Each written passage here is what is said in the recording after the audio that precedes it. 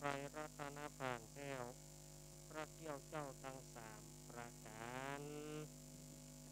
หมายมีพระพุทธพระธรรมพระสงฆ์อันเป็นสารณะที่เปิ่งของหมู่เฮาทั้งหลายขอกราบไหว้สาบุญญาปรมีธรรมท่านอาจารย์ท่านพ่อครูอภิวัฒนวิกรมเจ้าวาดสมปานเจ้าวัดปากตังเจริญผู้ดำเนินรายการเสียงธรรมแสงอรุณและรายการอู้จ่าภาษาธรรมพร้อมไปด้วยท่านครูบาอาจารย์พระสงฆ์องค์สังฆเจ้าภิกษุสามเณรทุกรูปทุกองค์ที่ท่านได้เปิดวิทยุรับฟังอยู่ต่างวัดต่างวาด้วยความเคารพอย่างสูงสุดยิ่งครับผมสวัสดีเจเจแล้วก็ขอแสดงความนับถือสวัสดีลุงแหนนผมขอกราบสวัสดี กายสันเมียงเฮาเหมือนกันนะครับสวัสดีผมขอกราบสวัสดีตุลุงนวลคนรูปหล่อเฮาเหมือนกันนะครับไหว้พระเนอะไหว้พระเนอะวะผมขอกราบสวัสดีเป้าหลวงนันอาคมบ้านต้องท้อเฮาเหมือนกันนะครับสวัสดีผมขอกราบสวัสดีแม่หลวงนงเฮาบ้านต้องท้อเฮาเหมือนกันนะครับผมขอกราบสวัสดีพี่แนนลูกสาวเป้าหลวงนันอาคมบ้านต้องท้อเฮาเหมือนกันนะครับสวัสดีพี่แนนเด้อผมขอกราบสวัสดีแม่ครูแสงเอ้ยบ้านประขานหลังพักเฮาเหมือนกันนะครับผมขอกราบสวัสดีผู้หมวดสนบรพิมพ์สมุดเฮาเหมือนกันนะครับพิมพ์สมุดเนาะพิมพ์สมุดครับผมขอกราบสวัสดีผู้หมวดพิมพ์สมุดบ้านต้าบะโอเฮาเหมือนกันนะครับผมขอกราบสวัสดีกับไหว้สาอาจารย์สุวัฒน์กิจโจเฮาเหมือนกันนะครับตุปี้หนุ่มเฮาเหมือนกันนะครับตุอาจารย์สมัครเฮาเหมือนกันนะครับผมขอกราบสวัสดีพี่ฮิตสมัยเฮาเหมือนกันเนอพี่ฮิตสมัยคนงามบ้านไหนอย่างก็ด้านดอนตันแม่ริมเฮาเหมือนกันนะครับผมขอกราบสวัสดีพี่ฮิตสมัยบ้านดอนตันแม่ริมเฮาเหมือนกันนะครับผมขอกราบสวัสดีกำนันหนุ่ยเฮาเหมือนกันเนาะผมขอกราบสวัสดีครับกำนันหนุ่ยครับที่หายฟังขึ้น146 คนรวม6 คนไปเลยเนอะครับผมขอกราบสวัสดีครับ6 คนไปเลยเนาะ6 คืนได้ขึ้นของได้หล่อนี่ครับขึ้นของได้หล่อนี่ไปเนาะ6 คืนเลย ผมรวมไปเลยครับครับสวัสดีครับขอเจริญพรคณะสัตยาญาติโยมศรัทธาสาธุชนคนดีเฮาทุกท่านมาแล้วเนอมาแล้วเนอมาแล้วเนอมาแล้วมาปะกันในรายการธรรมะเพื่อชุมชนซึ่งรายการธรรมะเพื่อชุมชนนี้จะมาปะกันกู้วันอังคารตั้งแต่เวลา20 ทุ่มไปจนถึง4 ทุ่มหลังจากที่เฮาจบรายการธรรมะบันเทิงใจฟังสบายสไตล์ชิวๆของท่านพระครูปรัตน์ณัฐพงศ์ทิตะวุฒศิริแล้วก็น้องไนท์ชินดนัยสายใจจบลงไปก็มาถึงรายการธรรมะเพื่อชุมชนดำเนินรายการโดยอาตมาภาพเก้ากับผมสามเณรรักปัญโยนันท์แห่งวัดสันเหมืองตำบลหนองล่องอำเภอเวียงหนองล่องจังหวัดลำพูนเป็นผู้ดำเนินรายการนี้จะมาพบปะกันทางสถานีวิทยุแห่งนี้อันมีสถานีวิทยุคลื่นพระพุทธศาสนาการศึกษาและวัฒนธรรม 104.50 เมกะเฮิรตซ์ตั้งอยู่ที่วัดฝายหินตำบลสุเทพอำเภอเมืองจังหวัดเชียงใหม่ โดยเมตตาธรรมของท่านอาจารย์ท่านพระครูสมุวิสุวัตวรกิจโจนะ104.50 แห่งนี้สถานีวิทยุวัดประบาทอุดมน้ำบ่อซาวา 100.25 เมกะเฮิรตซ์อำเภอฝางจังหวัดเชียงใหม่โดยเมตตาธรรมของหลวงป่อสุจิตานุรักษ์แล้วก็สถานีวิทยุห้วยตองซักเรดิโอ 98.5 เมกะเฮิรตซ์ 98.75 เมกะเฮิรตซ์โดยเมตตาธรรมหลวงป่อวาปีวรมานิตท่านอาจารย์ชวริตชยวังโสแต่ว่าในวันนี้สถานีวิทยุ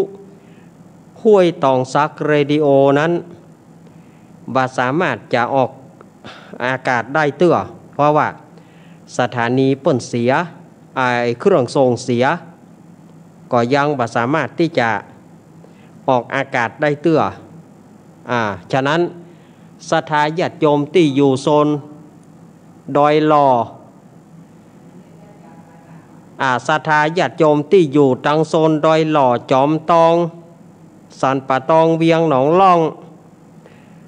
ป่าซางบ้านห้องลีบางส่วน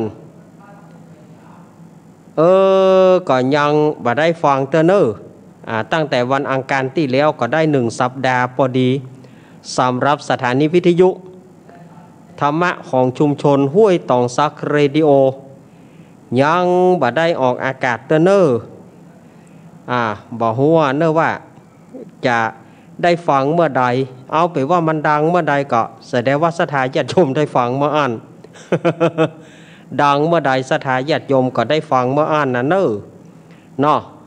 เอ็นดูเหมือนกันศรัทธาญาติโยมโซนดอยหล่อจอมตองสันป่าตองเวียงหนองล่องป่าซางบ้านห้องลีบางส่วนก็อดใจเอาก่อนศรัทธาญาติโยมรอแหมสัก 2-3 วันก็เข้าใจว่าสัปดาห์หน้าก็คงจะเรียบร้อยเนาะสถานีวิทยุ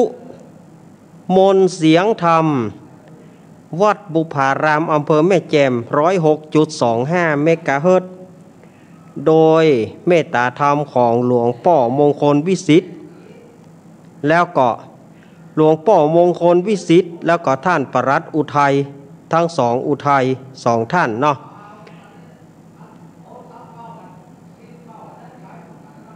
สถานีวิทยุสถานีวิทยุแม่ขจารโมเดิร์นเรดิโอ 94.50 เมกะเฮิรตซ์ของป้าน้อยสุวรรณแม่อนงพรหมมินทร์น้องเจสถานีวิทยุเวียงป่าเป้าเรดิโอสถานีวิทยุดอยหมอกเรดิโอแล้วก็สถานีวิทยุจังหวัดลำปางสถานีวิทยุบ้านทุ่งเรดิโอของป่ออุดมแม่เทียมวันพุทธวงศ์ 89.50 เมกะเฮิรตซ์สถานีวิทยุยังก็ สถานีวิทยุบ้านทุ่งเรดิโอแล้วก็สถานีวิทยุบ้านแป้นเรดิโอก็หลวงนานฟังขอโทษแฟนเพลงพม่าของก็หลวงนานโดยก็หลวงนานไปได้จากคืนนี้มาดีเดียวก็ได้รับการประสานงานจากลุงหนานประสานงานมาทางเจว่าขอโทษแฟนเพลงรายการสารธรรมกับเสียงเพลงที่ว่าบ่ได้จัดเตื้อเพราะว่าสถานีวิทยุห้วยตองซักเรดิโอยังบ่ดีเตื้อลุงหนานก็ฝากความขอโทษมาหาศรัทธาญาติโยมตัวที่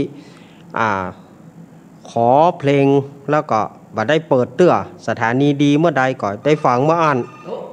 คอยมาตอบตัวนี้วางก็ยังได้ก็ตามนั้นนะ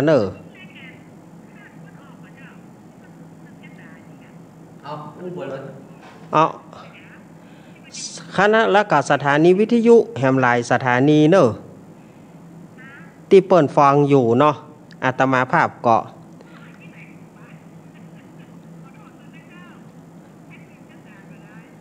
กำเดียวจะซื้อเพื่อนเนอโยมเนอกำเดียวจะซื้อเพื่อนเนอรอแป๊บเดียว สถาญาติโยมก็ใจฮ้อนนะ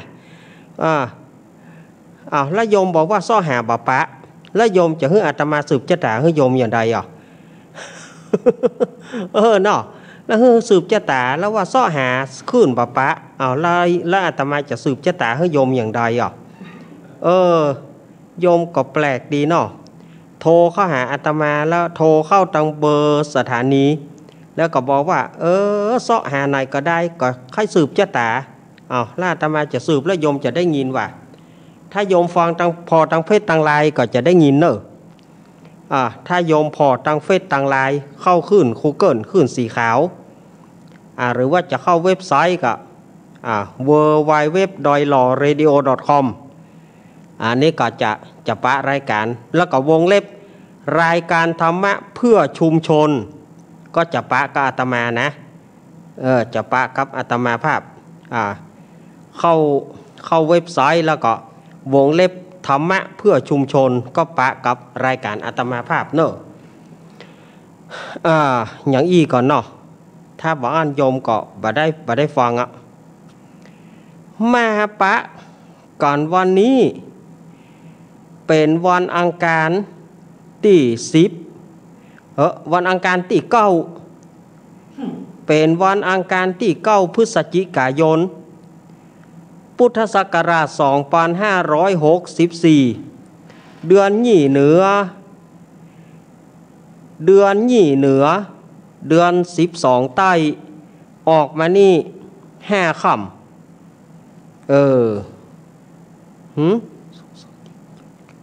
แม่กะออกมานี่5ค่ำก็ถูกแล้วเหรออย่าเอาเปิ่นรู้ไปดิ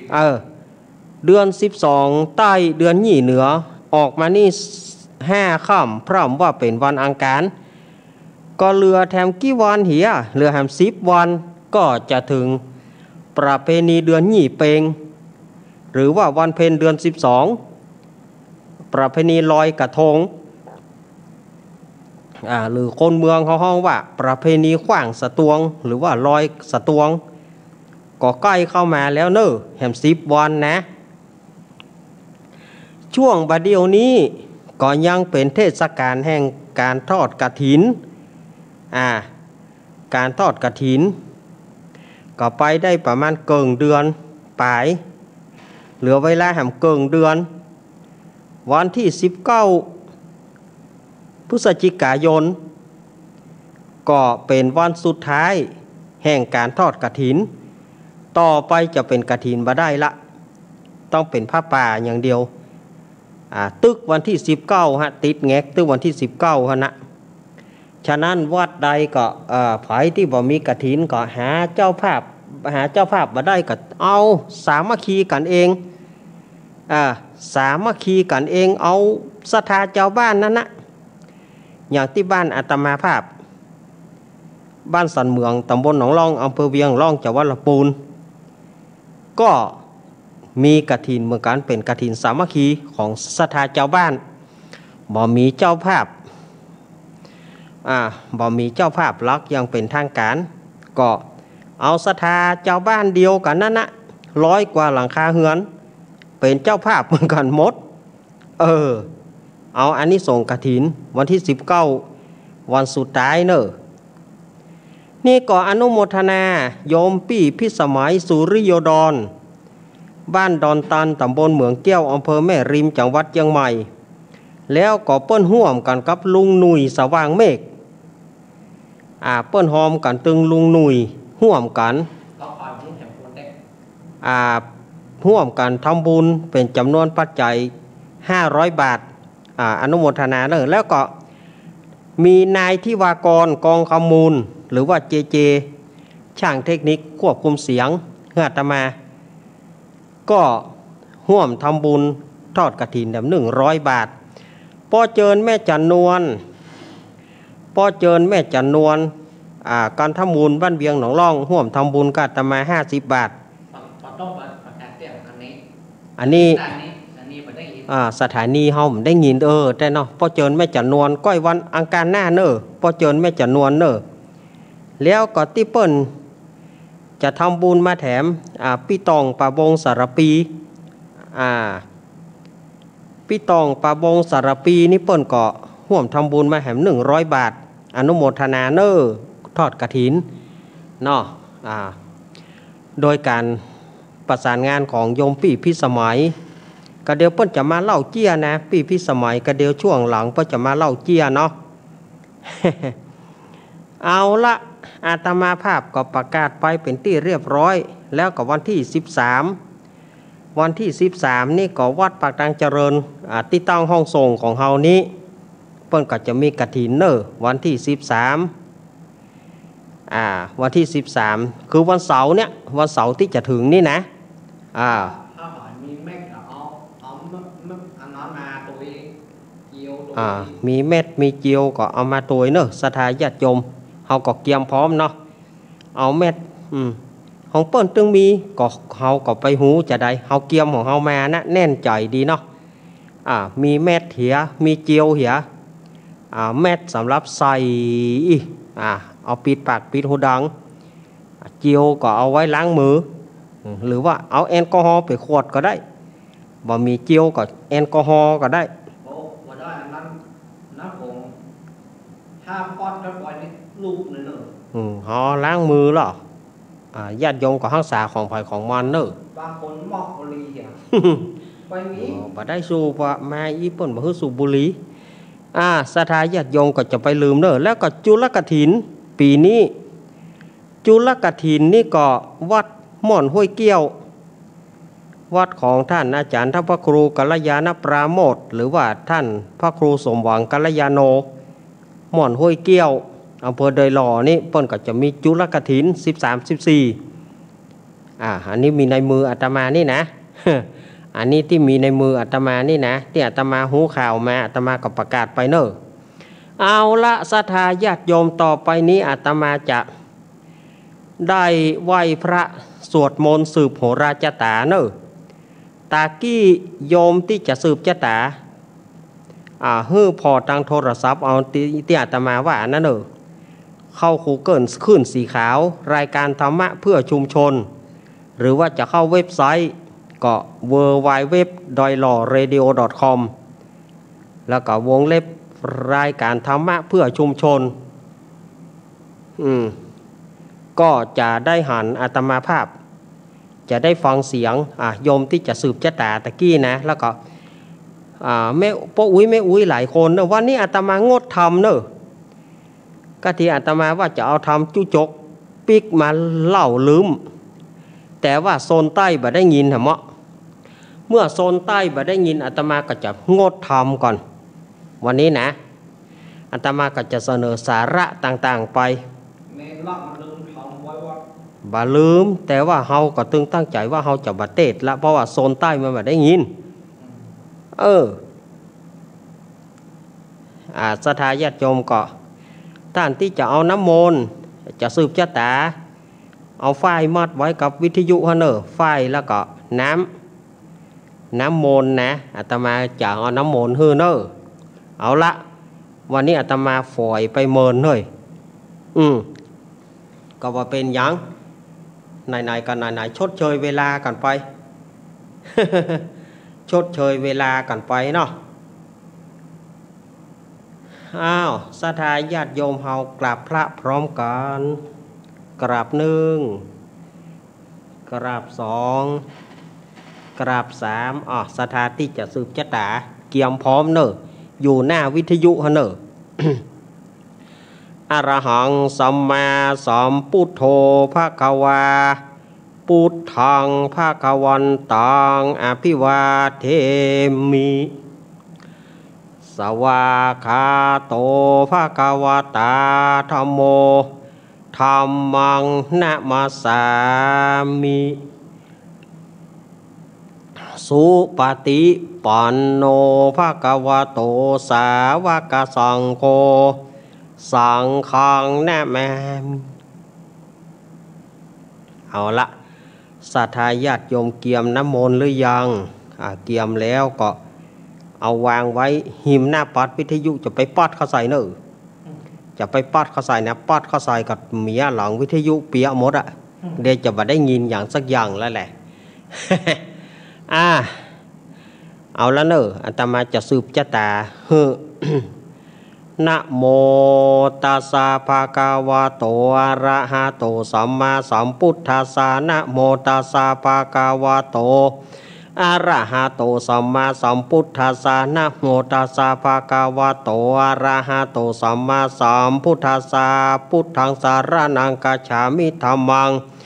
สารนังกัจฉามิสังฆังสารนังกัจฉามิทุติยัมปิพุทธังสารนังกัจฉามิทุติยัมปิธัมมังสารนังกัจฉามิทุติยัมปิสังฆังสารนังกัจฉามิตติยัมปิพุทธังสารนังกัจฉามิตติยัมปิธัมมังสารนังกัจฉามิตติยัมปิสังฆังสารนังกัจฉามิอิติปิโสภะคะวะอะระหังสัมมาสัมพุทโธวิจาจารณะสัมปันโนสุขโตโรกาวิโตอนุตตโรปุริสธรรมสารถิสัทธาเทวามนุสานังพุทโธภะคะวะติสวากาโตภะคะวะตาธัมโมสันทิฏฐิโกอาการิโกเอหิปัสสิโกปานายิโกปัจจตังเวทิตาโพวินโยหิติสุปฏิปันโนภะคะวะโตสาวกสังโฆอุชุปฏิปันโนภะคะวะโตสาวกสังโฆยายาปฏิปันโนภะคะวะโตสาวกสังโฆสามิจิปฏิปันโนภะคะวะโตสาวกสังโฆยะติทังจัตตาลิปุริสายุขานิอัฏฐปุริสาปุงกาลายสัพพะคะวะโตสาวกสังโฆอาหุนายโยปาหุนายโยทักขินายโยอัญชริการะนิโยอนุตตรังบุญญาเกตังโลกัสสาติ พาหุงสหสามาพินิมิตาสาวุธันดังเกรเมการังอุติตะโกรสาเสนะมารังธานาทิตามาวิตินาชิตตวามุนินโทตันเตชะสาภาวตุเตชายะมังการานิมาราเตเรกามาปิยุจิตตสปารติงโกรัมปานารวากามะกามาทัทายะกังกันติสุตันตวิตินาชิตตวามุนินโทตันเตชะสาภาวตุเตชายะมังการานินารากิเรงกาชาวรังอาติมาตาปุตังตาวกิจักามาเสนสาเนวาสุธารุนันตังเมตัมปุเสกวิธินาชิตตวามุนินโทตันเตชะสาภาวตุเตชายะมังการานิอุคิตากกามันติอันตาสุธารุนันตังตาวันติโยชนะปะทังกุริมาระวันตังเอติปิสังคตามโนชิตตวามุนินโทตันเตชะสาภาวตุเตชายะมังการานิกัตตวนะกัตถมุตตรังเอวะคาภินิยกินจายะทุทวัจจานังชยะจักกายะมันเชสันเตนะสุมาวิธินาชิตตวามุนินโทตันเตชะสาภาวตุเตชายะมังการานิสัจจังวิหายามติสัจจกวัฏเกตุงวัฏพิโรปิตามานังอาทิอันทาวุตังปัญญาปัฏฐิวัชาริโตชิตตวามุนินโทตันเตชะสาภาวตุเตชายะมังการานินันโทปานันทโพชะขังวิปุถังมหิทธิพุทเถนะเถระพุชะเกนะธรรมปยันโตอิทุปเทสาวิธินาชิตตวามุนินโทตันเตชะสาภาวตุเตชายะมังการานิทุกขหาทิติปุชะเกนะสุทาทหัตถังประมังวิสุติจุติมิติภากพิธานังญาณากาเทนาวิธินาชิตตวามุนินโทตันเตชะสาภาวตุเตชายะมังการานิเอตาปิพุทธชัยมังการาอาทากถาโยวัจโนตินะติเนสารเตมตันติหิตวานานิกาวิวิธานิจุปัตวานิโมขังสุขังอธิกามายานาโรสัพปัญโยสัพพะโรกาวินิโมโตสัพพะสันตาปวชิโตสัพพะเวรามติกันโตนิปุโตจตุวังภวัสสัพปิติโยมิวัจันตุสัพพะโรโกวินาสตุมาเตปวัตวันตารโยสุขีติกายุโกภาวะปิวัตานาสิริสานิจังวุธาปัจจายิโนจัตตารโรธรรมาวัฏันติอายุวันโนสุขังพระลังโพชังโคสติสังกโตธรรมานังวิจโยตถาวิริยัมปิติปัสสติโพชังคาจัตถาปเรสมาทุเปขะโพชังคาสัตเตเตสัพพัทธสีนามุนินาสมาทากตาภาวิตาภาหุริกตาสังวัตติอภิญญายานิปานายาเจ้าโพธิยาเอเตนะสัจจวัจเจนะโสติเตหงตุสัพพทาเอกาสัมมิงสมัยเยนะโถโมกลานันจักกัสปังกีลาเนตุกิเตทิสวาโพชังเกสตะเทสยิเตจัตตังอภินันติตัวโรกามุจิงสุตังคเน เอเตนะสัจจวเชนะโสทิเตหนตุสัพพทาเอกะธาธรรมราชาปิเครันเยนะพิปิลิโตจุนทัตเถเรนะตันเยวะพะนาเปตัวนาสาทรังสามโมทิตวาจะอาปาทาตัมหาวุธาสิฐานะโสเอเตนะสัจจวเชนะโสทิเตหนตุสัพพทา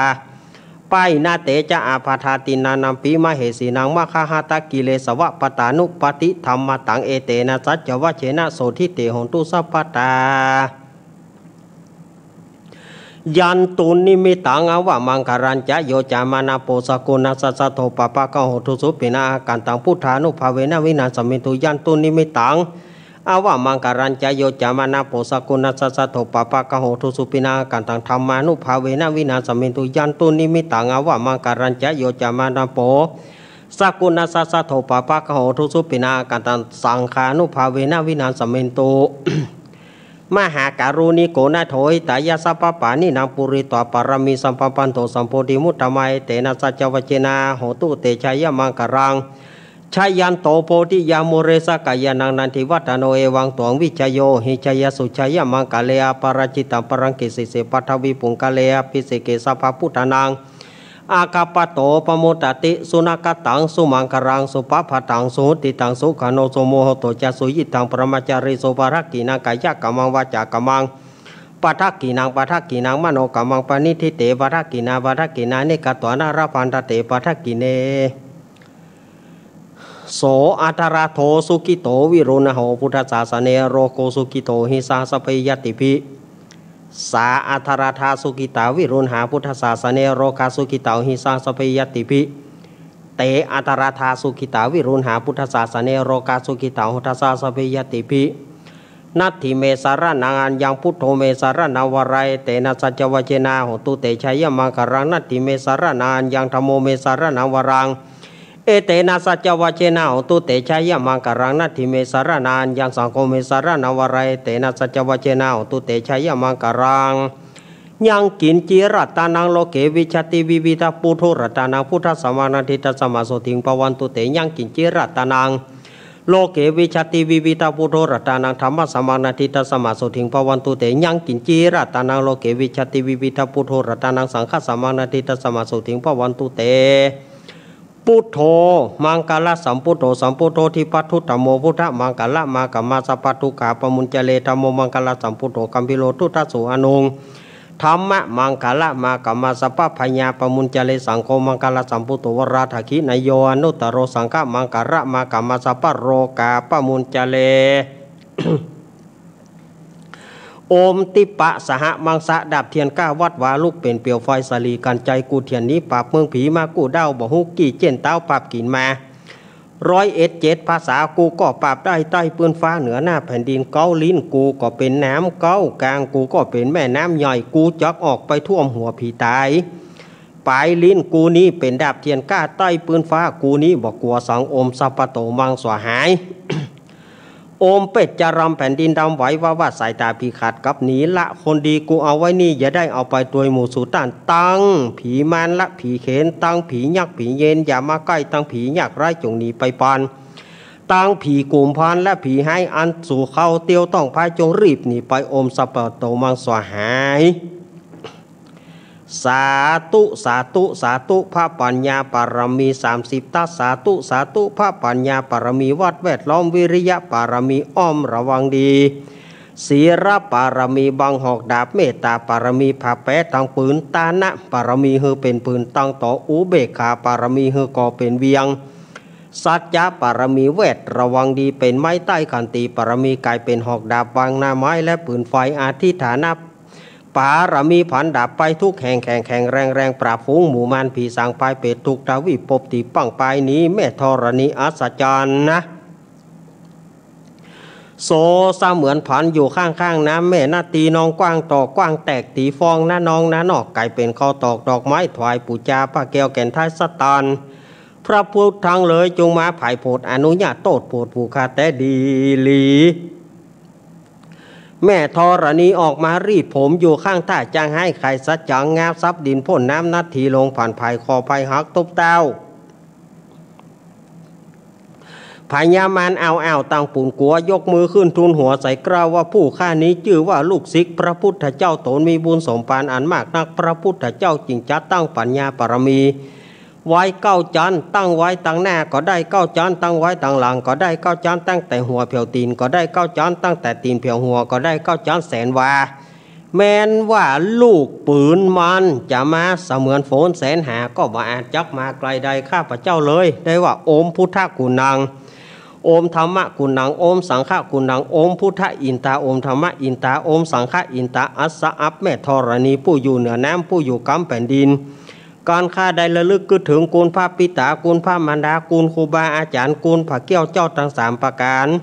คือกุลพระพุทธกุลพระธรรมกุลพระสงฆ์กุลแดดกุลฝนกุลน้ำกุลลมกุลดินกุลไฟกุลกุศลเจ้าก็ดีกุลพระตนพระวนาก็ดี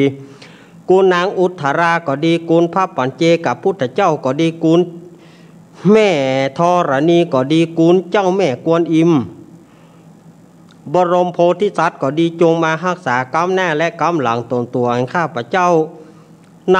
และก็ผู้ฟังรายการสถานีวิทยุกู้ขึ้นกู้สถานีนั่นจุงจักมีเตียงแต่ดีหลีจิมแต่เตอโอมพุทโธพุทธังรักษาโอมธรรมโมธรรมังรักษาโอมสังโฆสังฆังรักษาโอมพุทโธพุทธังทางอรหังโอมธรรมโมธรรมังอรหังโอมสังโฆสังฆังอรหังโอมพุทโธพุทธังกันหะโอมธรรมโมธรรมังกันหะโอมสังโฆสังฆังกันหะอายุวันโนสุขังปะลังอิติปิโสวิเศษโอมอิติปิโสวิเศษอิเสเสพุทธันหเมอิเมนะพุทธตังสุอิโสตังพุทธปิติอิปัญจมาเรชิโนนาโถปโตสัมโพธิมุตตมังจตุสัจจังปะกาสิติธรรมัจจกังปวัตติเยเตนะสัจวัชนะโหตุเมชัยมังกรังอิมัสสมิงมงคลจักรวาลทั้ง8ทิศประสิทธิจงมาเป็นกำแพงเกี่ยวทั้ง7ชั้นมาป้องกันห้อมล้อมรอบกับตัวอนันตาราชเสมานาเกเตสมันตาสัตโยจนะสัสตาสหสานิพุทธจารปริเกเตระกันตุสุรกันตุอิมัสสมิงมงคลจักรวาลทั้ง8ทิศประสิทธิจงมาเป็นกำแพงเกี่ยวทั้ง7ชั้นมาป้องกันห้อมล้อมรอบกับตัวอนันตาราชเสมานาเกเตสมันตาสัตโยจนะสัสตาสหสานิธรรมชารปริเกเตระกันตุสุรกันตุ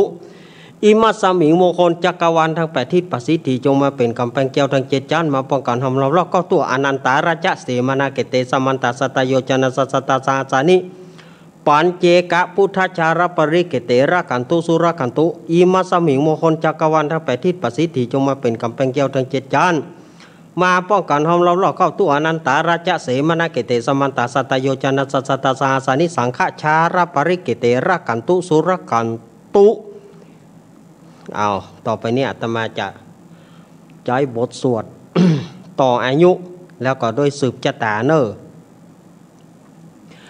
อัตถิอุณหัสสาวิจโยธรรมโมโลเกอนุตตโรสัพพสัตตาหิตัทธายะตังตวงกันหาหิเทวเตปริวเชราชทันเทอมนุเสหิปวเกปายะเกนาเกวิเศปุเตอาการเมรมารเนนะจะสัพพสมามารณมุโตทะเปตวการมริตังตัสเสวะอนุภาเวนะโหตุเตโวสุกิสัทธาสุทัสสีลังสัมมาทายะธรรมังสุจาริทังจเลตัสเสวะอนุภาเวนะโหตุเตโวสุกิสัทธาลิกิตังกินจิตังภูชังธารนังวัจนังกโรงปเรสังเทสนังสุตตสายุปวัตติสกัดวะพุทธารัตนาสัทธาธรรมวรัยตังเทวมนุสนาวุระเตเจนะโสเตนานัสันตุปัตวะสัพเพตุกาอุปสัมมินตุเตสกัดวะธรรมรัตนาสัทธาธรรมวรังปริราหุปสัมมานามาเตเจนะโสเตนานัสันตุปัตวะสัพเพพยาอุปสัมมินตุเตสักกัตวะสังขารัตนาสัทธาธรรมวรังอาหุนายังปะหุนายังสังฆเตเจนะโสเตนานัสันตุปัตวะสัพเพโรกาอุปสัมมินตุเต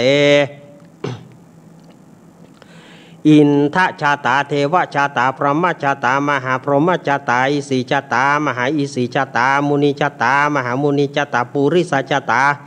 มหาปุริสชาตาจักรวัติชาตามหาจักรวัติชาตาพุทธชาตาปัญเจกพุทธชาตาระหันตชาตาสัพพสิทธิวิชาตานังชาตาสัพพโรกาจาริยานังชาตา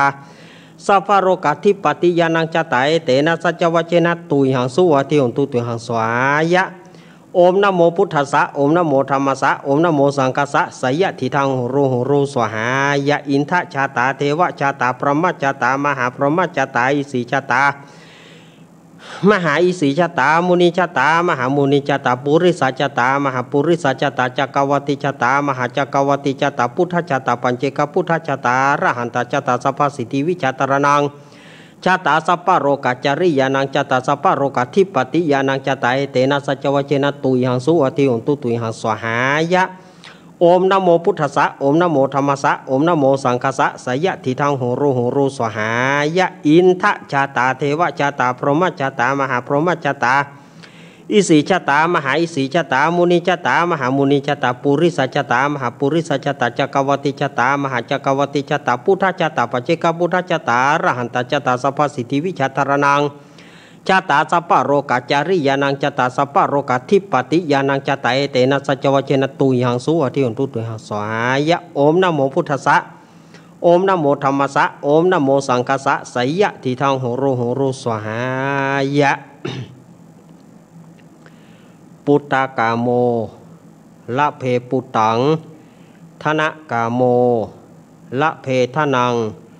อธิกาเยกายยายะเทวนังปิยตังสุตวาอิติปิโสภควายมราชาโนท้าวเวสสุวรรณโนมรณังสุขังอรหังสุขโตนะโมพุทธายะจายาสานากาตาพุทธาเจตวามารังสาวาหานังจตุสัจจังสัพพังรสังเยปิวิงสุนรสภาตันหังการทายโยพุทธาอาทาวิสตินายกาสัพเพปฏิติตาไมหังมราเกเตมุนิสารสีเสปฏิติโตไมหังพุทโธธรรมโมทวิโรจเนสังโฆปฏิติโตไมหังอุเรสภกุณาคโรหัทเยเมอนุรุโธสาริบุโตจัตถกิเนโกนทันโยปิติภาคสมิงโมการโนจวามเกทกิเนสาวะเนไมหังอาสุงานันดาระโหโรกัสสะโปจามหานาโมอุปาสุงวามาโสทะเกเกสันเตปิติภาคสมิงสุริโยวะปะพังกโรนิสิโนสิริสัมปันโนโสภิโตมุนีปุงกาวกุมลกัสสะโปเทโรมเหสิจิตวัฏโกโสมัยหังวัตานินิจังปฏิทัสสิกุณากโรปุโนอังกุลิมาโลจาอุบารินันทสีวริตีเทอิเมเทราปัญจเทราอิเมชาตานาไรเตติรากามามาเสสสิติมหาเทราวิจิตาชินาสาวกาเอเตสิติมหาเทราชิตาวันโตจิโนรสาชารันตาสีระเตเจนะอังคมังเคสุสันติตารัตนังปุระโตอสิทักกิเนเมตสุตกังทัชคังปัจจโตอสิวาเมอังกุลิมาลากังกันทะโมระปริตัญจาอาตานาติยสุตกากาเสชาดานังอาสิเสสาปะกาลสันติตาชินานาวรังสังยุตตสัตตปะการรังกตาวาสโตเมสกิเจนะสัทธาสัมพุทธปัญชเร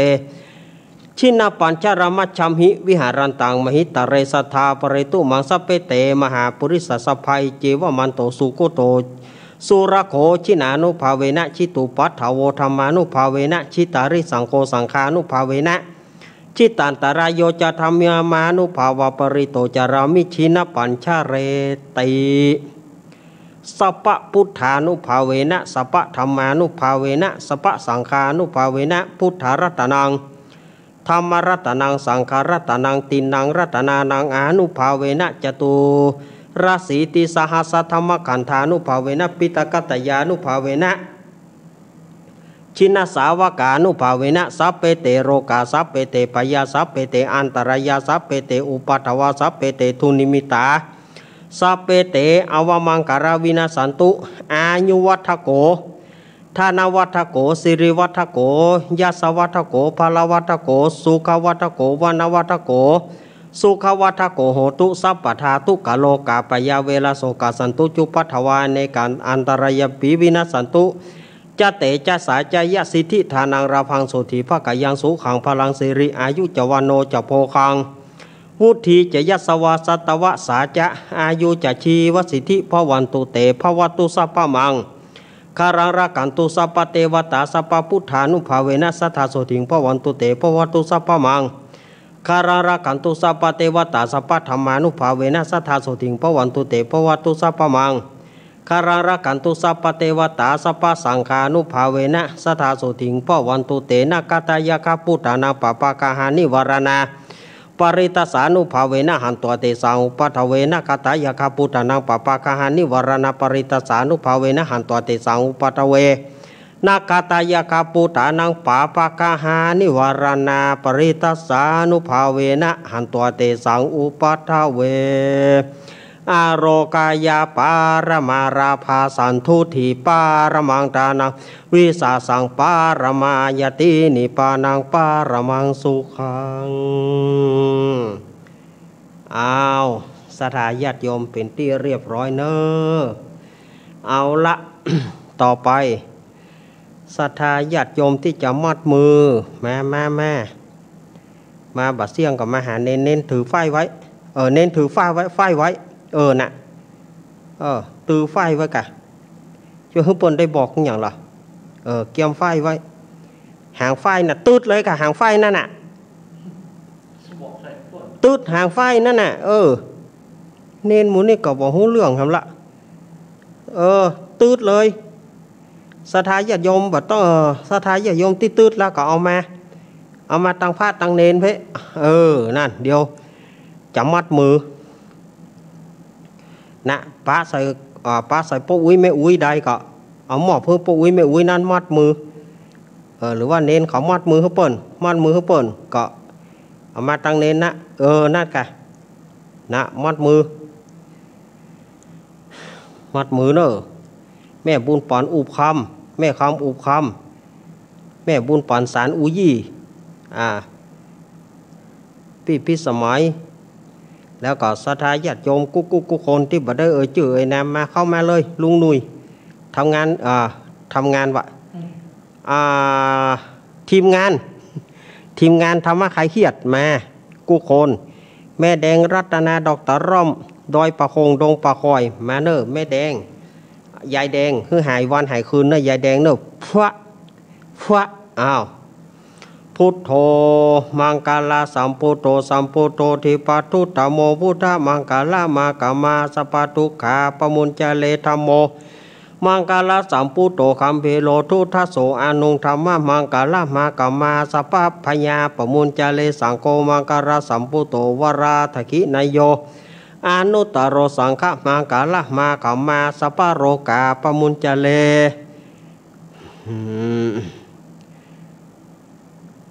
แล้วก็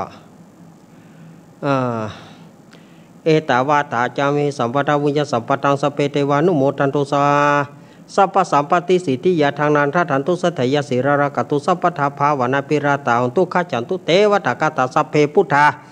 ปรปตาปเจกานันจยังพรังอรหันตานาเจเตเจนาระกังวันตามิสัพพโสสัพเพธรรมาปรปตาปเจกานันจยังพรังอรหันตานาเจเตเจนาระกังวันตามิสัพพโสสัพเพสังฆาปรปตาปเจกานันจยังพรังอรหันตานาเจเตเจนาระกังวันตามิสัพพโสเอามัดมือเรียบร้อยศรัทธาญาติโยมนั่งตี้ห่างกันหน่อยนั่งตี้ห่างกันแล้วก็เม็ดไปทอดเนอะมันต้องถอดเม็ดออกห่างกัน1 เม็ด2ก็ได้1ก็ได้ห่างกันไปเด้อเพราะเนื้อตีมันปอเอาตีเนื้อตีมันปอ2 เม็ดถ้า2 เม็ดได้ก็ดีหรือว่าเม็ดเกิงนะมาเอาละลุงไอ้เนอะลุงไอ้แผนกน้ำมนต์ลุงไอ้โบครับแผนกน้ำมนต์ยกให้ลุงไอ้ลุงไอ้โบครับพี่ไอ้ยี่กะพี่ไอ้โบครับมันจึงจะห้องมันจะว่าพี่ไอ้แบบนี้มันจะบอกว่าเนาะห้องขอกราบสวัสดีพี่ไอ้โบนะครับกี่ข้าวแดงข้าวแบบนี้ครับพี่ไอ้โบครับย่ำพริกวันนี้อาหารจะก๊อดย่ำพริกย่ำผักไปปอเอาผักกาดง่อยมากรอบแฉมก้อนโมนี่นะครับยอกปุ้นก็เยอะมันเรียบร้อยมันก็จะปลาป่อมันเมื่อวันนี้เอาโลดอะไรอย่างแม่ครับยกโยนยกเก่งยกเก่งเพลงหวานไอ้ย่า พรมน้ำมนต์กันลุงไอ้ โรคกิ่งมันตึกเต้มันเข้ามาได้ป่ะ อยู่หยอกคุณก็เจียวก็เจียวไปหามันเดี๋ยวพรมน้ำมนต์พรมน้ำมนต์ชะยันโตโพธิยาโมเรสกายานังนันทิวันตาโนเอวังตวงวิจโยโหหิชัยยาสุชัยยามังกะเลอปาราชิตาปรังเกสิเสปัทาวิปุงกะเรอปิเสเกสัปปุตานังอากาปโตปโมตติสุนักกตังสุมังกรังสุปปะตังสุติตังสุกาโนสุโมโหโตจาสุยิทังพระมาจาริสุปะทักกินังกายกัมมังวาจากัมมังปะทักกินังมโนกัมมังปณิทิเตปะทักกินาปะทักกินาเนกาตวนารพันธเถปะทักกิเนเรียบร้อยไปแหมขั้นหนึ่งไหมต่อไปแม่บุญปานแม่คำอุบคำแม่บุญปานสารอูยี่แล้วก็ปุ้นเนอแม่ปอุ้ยแม่อุ้ยหลายตีหลายตังมาเกณฑ์ทีมงานธรรมะคลายเครียดนำโดยโยมปี่พิสมัยลุงหนุ่ยไอ้นึกแล้วก็ทุกท่านมาทีมงานมากู้คนแม่พรป่าเศร้ายายแดงถ้าบรรลุก็หม้อผู้เปิ่นเกณฑ์เนอะยายแดงยายพรร้องงัวแดงสันกำแพงเชียงใหม่มาเลยมาเลยปะเคนเน้นบอกอันผ้าน่ะบอกคือกี่เตือละผ้าบาดจำน่ะเน้นบอกคือเอาผ้าอุตรามาผ้าห้อบของว่าเอาชายผ้านะชายผ้าจีวรนั่นนะปู่ฮั่นนั่นโยมเปิ้นเกณฑ์โยมผู้หญิงเปิ้นเกณฑ์นั่นกะภายหลังไปได้บอกนะเตือหน้านี่10 แส่นะจะเอาบอกเอาผ้ามาคนโตนได้บอกผ้ามา10 แส่เลยหยอกแล้วอย่าต่อหน้าการถ่ายทอดเนี่ยต่อหน้ากล้องเนี่ยอย่าบอกเป็นตัวอย่างของพระเนนทั่วไปบาดจอมต้องเขียนละ10 แส่นะตนได้บอกมานะปะเคนเสร็จนอป้อบุญตันเจดีย์3 ยอดตันก็ป้อบุญตันป้อบุญมีขอนี่มาได้ยินเตื้อป้อบุญมีว่าเสียดายว่าได้เกินก็เอาไว้สถานีดีของป้อบุญมีกับมาเกินนอป้อบุญมีสถานีดีเมื่อใดก็มาเกณฑ์นอขอบป้อบุญมีเมืองกลางมาเลยหมดแล้วบ่หมดแล้วขอสงบจิตสงบใจน้อยศรัทธาญาติโยมเพื่อแผ่บุญให้มันครบถ้วนเนาะรักษาศีลเมตตาภาวนาขอเวลาศรัทธาญาติโยมหายใจเข้าพุทหายใจออกโทเนอขอเวลาน้อยเดี๋ยวศรัทธาญาติโยมนิ้ว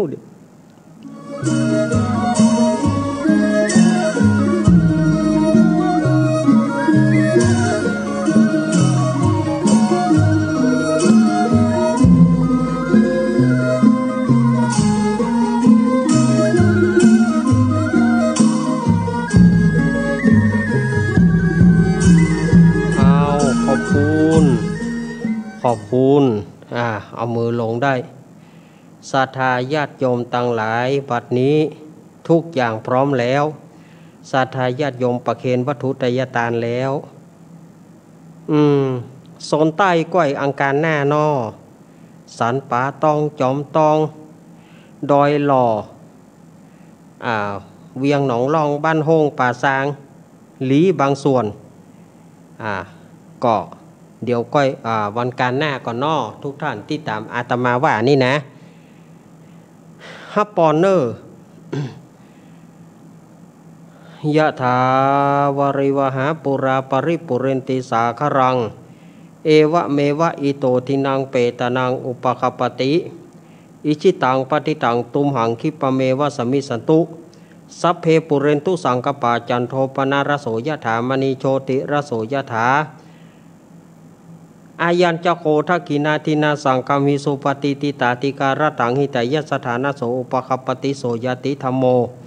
จะอัญญังนิทัสสิโตเปตานะปุชาจักตาอุลาลาภรัญจภิกขุนามนุปทินังตุมเหหิปุญญังปสุตานะปกันติสัพปิติโยมิวัชันตุสัพพะโรโกวินาสตุมาเตภวัตวันตารโยสุขีติกายุโกภวะอภิวาทานาสิริสานิจังอุทาปัจจายิโนจตารโรธรรมาวัฏันติอายุวันโนสุขังพระลังสาธุอ้าววันนี้วันตาหลวงเห็นกันเนาะวันตาหลวงวันนี้เอาแบบละปูนเนอะตั้งละปูนประกอบวันตาหลงเจียงใหม่ตั้งละปูนก่อมหันวาวันนี้เอาวันตาหลวงฉบับละปูนเห็นกันเนาะแบบละปูนเห็นกันเนาะศรัทธาตั้งเจียงใหม่เฮาถ้าตานก็ว่าเนอะถ้าบัตานก็บ่เป็นอย่างเนอะมันก็บ่โวยนะแต่มันมีว่าบ่ได้ตั้งละปูนมันมีว่าบ่ได้ถ้าท่านว่าตานก็ว่าไป วันตามิพุทธังสัพปะเมวะโตสังฆมันทะเมพันเตวันตามิธัมมังสัพปะเมวะโตสังฆมาทะเมพันเตวันตามิสังฆังสัพปะเมวะโตสังฆมาทะเมพันเตวันตามิการโรปัจจยาจาริเยสัพปะเมวะโตสังฆมาทะเมพันเตวันตามิกัมมาฐานัง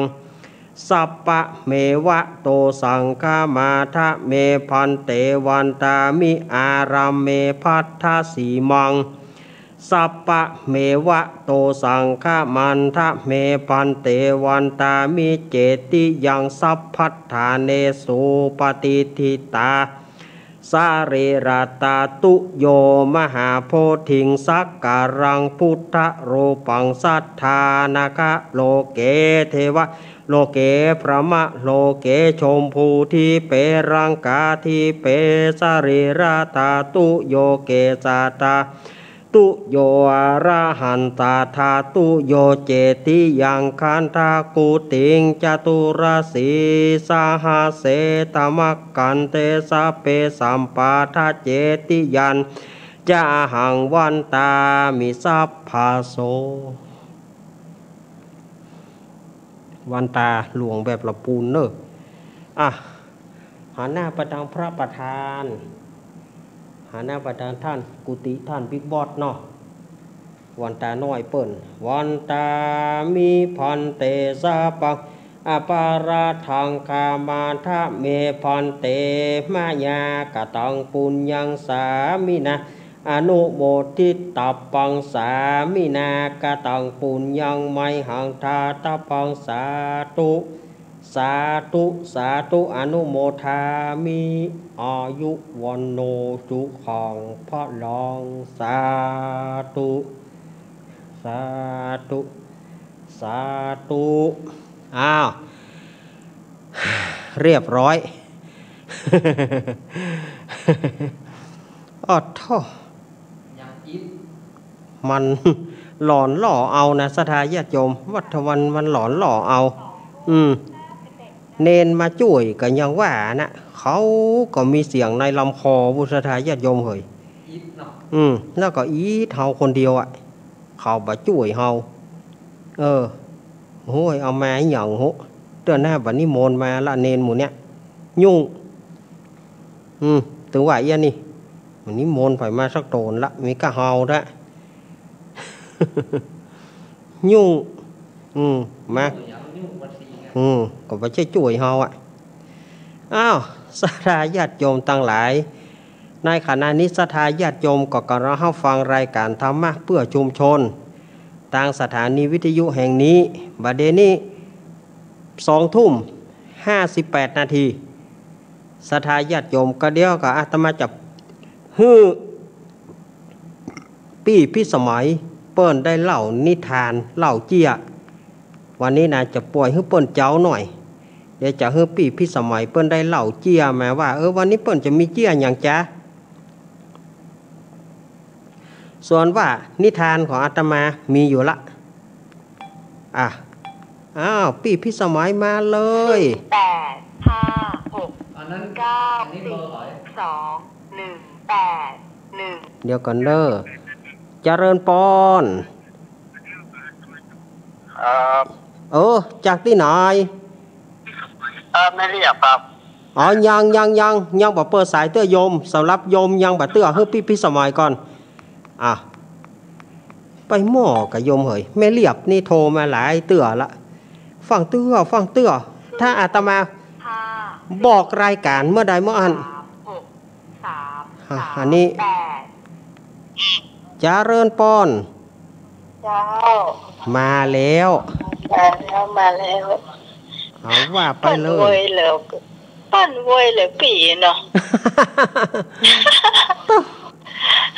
โอ้โหเขากดเวลาน่ะเขายังเป็นสายสองอยู่นะเนี่ย ก็น่านา น่ะรู้แล้วนะว่าเนนบอกเปี่ยวกดเลยนะกดมันก็บัดนี้ติดนะมันจะติดเลย แต่ว่าเขาเป็นสายสองว่ะ เจ้าก่อนอื่นก็ต้องนมัสการพระเถรานุเถระทุกรูปผู้ตนโกงนะจ๊ะแล้วก็รวมไปถึงผู้ในจัดสถานีทุกคลื่นที่ไปถึงแล้วก็คณะสถาหรือว่าคนผู้ฟังทุกท่านที่เข้าฟังอยู่ทุกอำเภอนะจ๊ะวันนี้ตังโดยหลอบได้ยินเนาะครับยังโดยหลอบแล้วตังไม่วางได้ยินก็จ๊ะตังไม่วางเปิ้นมีขึ้นของเปิ้นไม่วางเรดิโออ๋อจ้ะอ่านก็คงจะได้ฝากความคิดถึงไปหาพ่อเกศอยู่เปิ้นคงฟังปีอยู่เนาะเปิ้นเริ่มกำลังหลายปีมาโดยตลอดแล้ววันนี้จะมีเจี้ยอันนี้ขอยืมของไอ้บ่าวชายประการมาเจ้าของเปิ้นเล่าได้ดีมากแต่ว่าปีเนี่ยจะเอามาเล่าบอกว่าจะได้ดีเล่าเปิ้นก่อนนะแต่เจ้าของเปิ้นนี้เล่าได้สุดยอดเนี่ยว่าไปก่อนเลยเอาก็ลองฟังเนาะว่าจะเป็นจะใดมีเพื่อน2 คนเนาะเป็นเตียวเดียวกันนั่นนะ2 คนนี่มีครอบครัวถึง2 คนนะก็ได้เมียดีถึง2นะพระเจ้าว่าเป็นคนไม่ดีนะเขาเป็นคนดีถึง2แล้วมีครอบครัวที่ดีถึง2แล้วมีอยู่วันหนึ่งเอาชื่อมาเลยเนาะไอ้มีกับไอ้มาถ้าชื่อนี้ไปตรงก็ไผก็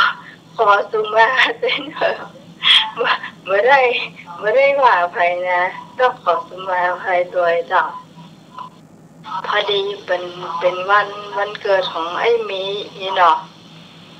ไอ้มีเปิดกับไปจวนได้มาว่ามันเมื่อเปิดจะไปไหนเสื้ออย่างกันแล้วก็ไปจวนได้มาไปวันเกิดเมียไปถึงบ้านได้มาก็ไปปะเมียให้มาว่าวันนี้เนี่ยเป็นวันเกิดของเปิดจะจวนได้มาไปวันเกิดเมียบอกเป็นยักษ์ได้ไกลอะค่ะเอาพอแม่แรงมาเนี่ยอายมานี่เมียปกตินะเตรียมเสื้อผ้าเสร็จเรียบร้อยไอ้มีมาฮับพวกเอาสตางค์ให้ป่วยว่าเอาไปให้เนาะเผื่อเชียงนาก็ออกจะเปิดของเนี่ยโอ้เอาใครไปเนาะเนาะตาเมื่อมันใจอีกก็คนเนอะจ้าแล้วทีนี้เขาก็ป้ากันไปกินที่โรงแรมแห่งหนึ่งในตัวเมืองนี่เนาะเมื่อเขาจะกินเตื้องหรอเขาไม่ได้กินทั้งวันหรอก2 คนนี่นะพอเขาไปกินเหล้าเมินกินเตื้องมันมักจะเมาเนาะ แล้วก็อาหารก็ยังดีแต่ว่าเขาไม่ใช่มีไม่ยิงมันหนังป่วยนะมีมีอาหารกับมีเหล้ากับแก้มอย่างเงี้ยนี่เขากินตั้งแต่แมลงอ่ะกินไปเรื่อยๆกินไปอู้กันไปอะค่ะจนก็เมาอ่ะทีนี้พอเมาแล้วอ้ายมาที่เป็นเพื่อนให้มีน่ะมันเคยมีเนาะครับอ้ายมาเนี่ยแกสมาธิแกปวดฉี่แทนที่แกจะเข้าห้องน้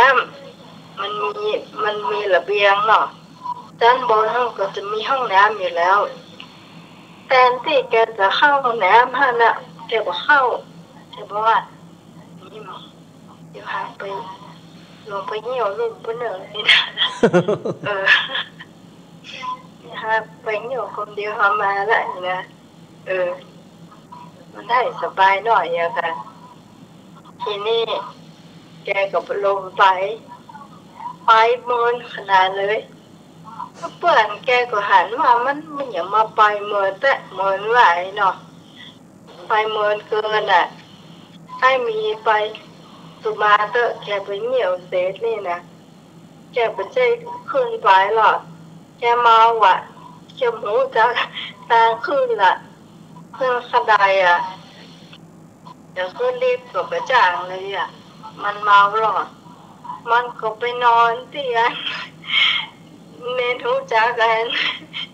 ที่ปนนั้นหลักขยะก็ที่ปนเอาไปทิ้งขยะ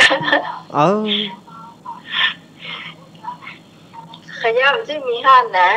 ขยะประขวางละมันเป็นล้อที่ปนเอาไปหลักขยะคงรู้จักเราคุณผู้ฟังที่เคยหานที่ปนนั้น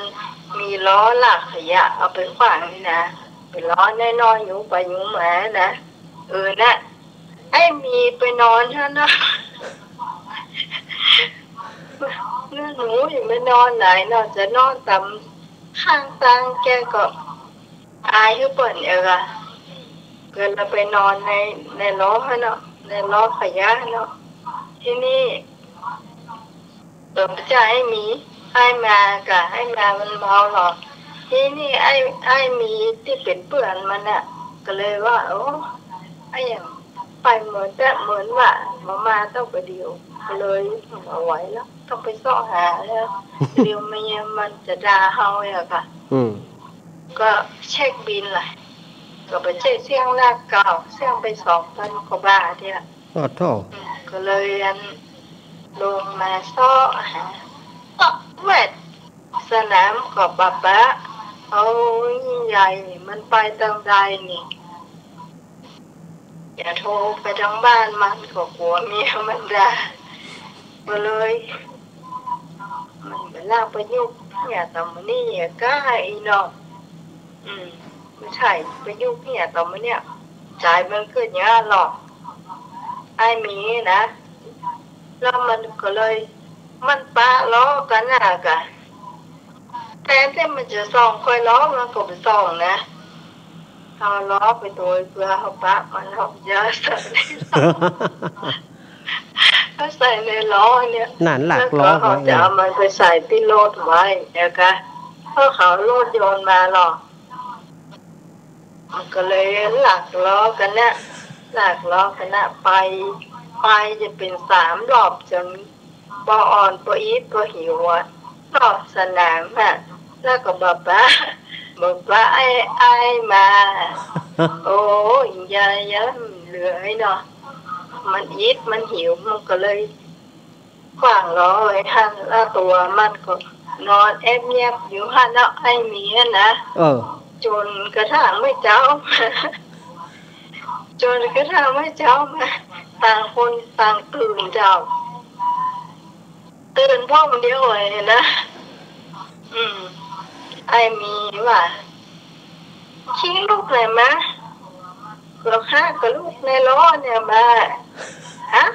นี่มันในล้อนี่กะ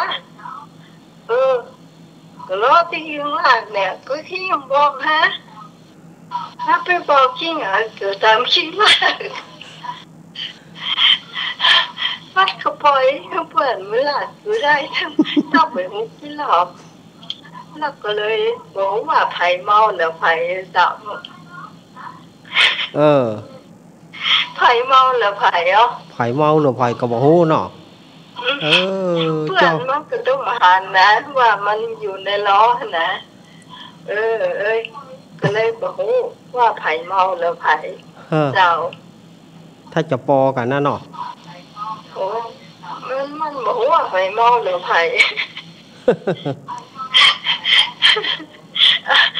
อันนี้ถ้าไผ่สงสัยนะไปถามแม่สีทอนเถอะเพราะ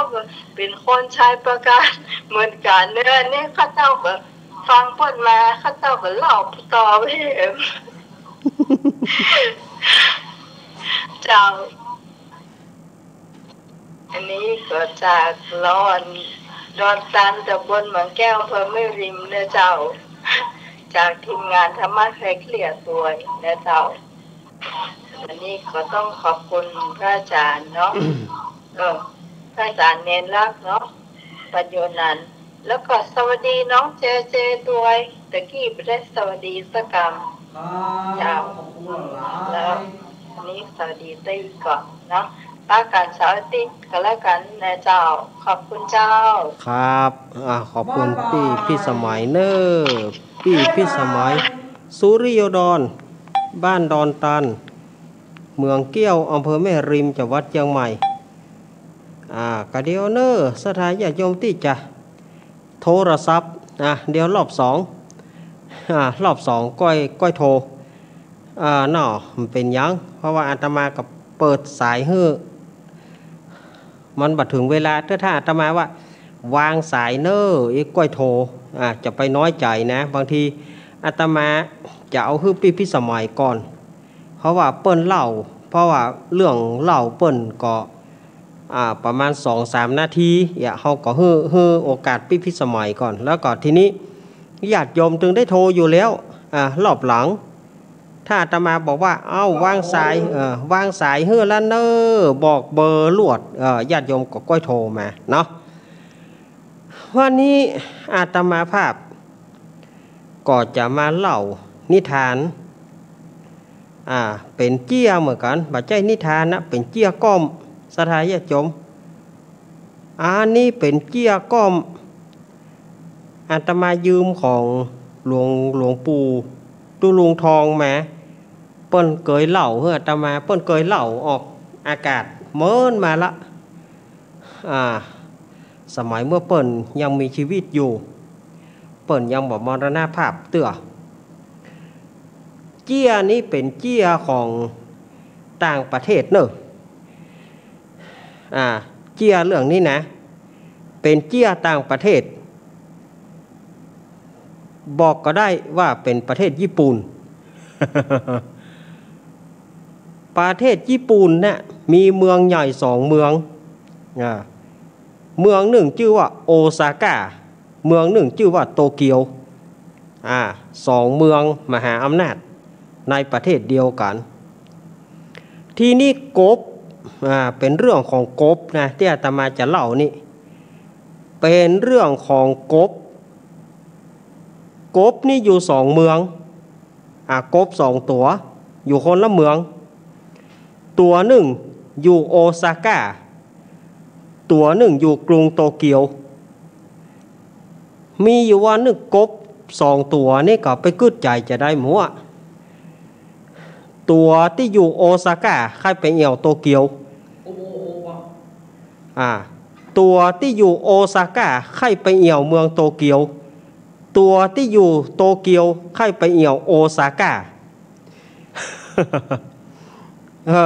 ความไฟฝันน่ะระวังเพื่อเกิดเอาไปยอมกลางต่างนึวันหนึ่งก็ตัวโอซาก้าก็เดินทางเพื่อจะไปโตเกียวตัวโตเกียวก็ออกเดินทางจะไปโอซาก้าเดินทางไประวังเขาปะเนอระวังเขาใส่บาลอดเนอ ใส่บาลอดนี่ยุ่งนะเขาไปยอมพอดีว่ากบ2ตัวนี่เดินทางปรากฏว่าเดินสวนทางกัน ส่วนต่างกันก็เลยถามกันว่าโอ้เพื่อนจะไปไหนกะลูกที่ไหนมาจะไปไหนอ๋อเฮาลูกจากโตเกียวจะไปไหนจะไปโอซาก้าแล้วท่านเหรอก็เฮาก็ลูกโอซาก้าจะไปโตเกียว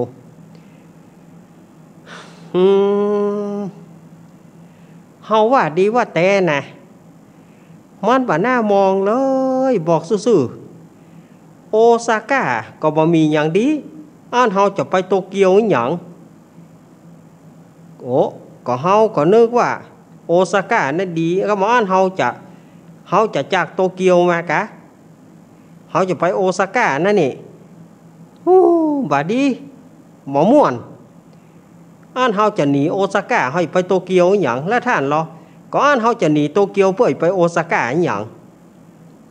เอาอย่างอีเฮาขึ้นดอยปะเฮาขึ้นดอยเฮาขึ้นพอตังดอยปะกบ2 ตัวนี่กับปลากันขึ้นดอยไปถึงกลางดอยก็เอาตีนตะกันไว้กบ2 ตัวนี่นะเอาตีนตะกันไว้เมื่อเอาตีนตะกันอันนี้จะแต้บ่แต้บ่ฮู้เพิ่นว่ากบนี่ตามันหันตั้งหลังตามันบ่หันตั้งหน้าตามันหันตั้งหลังตัวโตเกียวก็ไปหันใส่โตเกียวตัวโอซาก้าก็ไปหันตั้งโอซาก้าเพราะว่าตามันหันตั้งหลังข้อนี้จะเท็จจริงอย่าได้บ่ฮู้อาตมาบ่ฮู้มันก็พอไปพอมาโอซาก้าก็เหมือนโตเกียวโตเกียวก็เหมือนโอซาก้าอันห้อมไปเนาะห้อมไปซาโยนาระกันเพียงนั้นซาโยนาระกันเพียงนั้นก็คือลากันเพียงนั้นก็ปิกไปบ้านเขาเหียในที่สุดตัวโอซาก้าก็บ่ได้ไปหาโตเกียวตัวโตเกียวก็บ่ได้ไปหาโอซาก้าเพราะว่าตามีตั้งหลังตามันไปพอเมืองตัวเก่าเหียจะแต้บ่แต้อาตมาก็หัวเน้ออันนี้เรื่องของกบนะกบญี่ปุ่น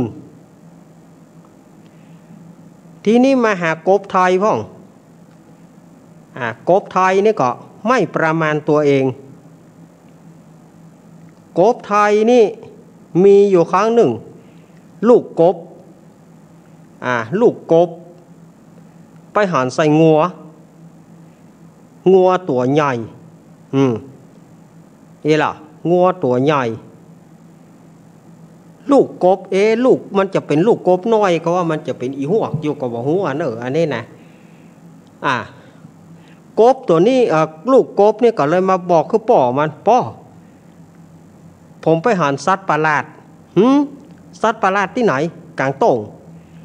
เปิ้นโจดลักมัดเจือกไปทางใดก็บ่ได้มันเติกเจือกแต่มันกินแย่งเง็ด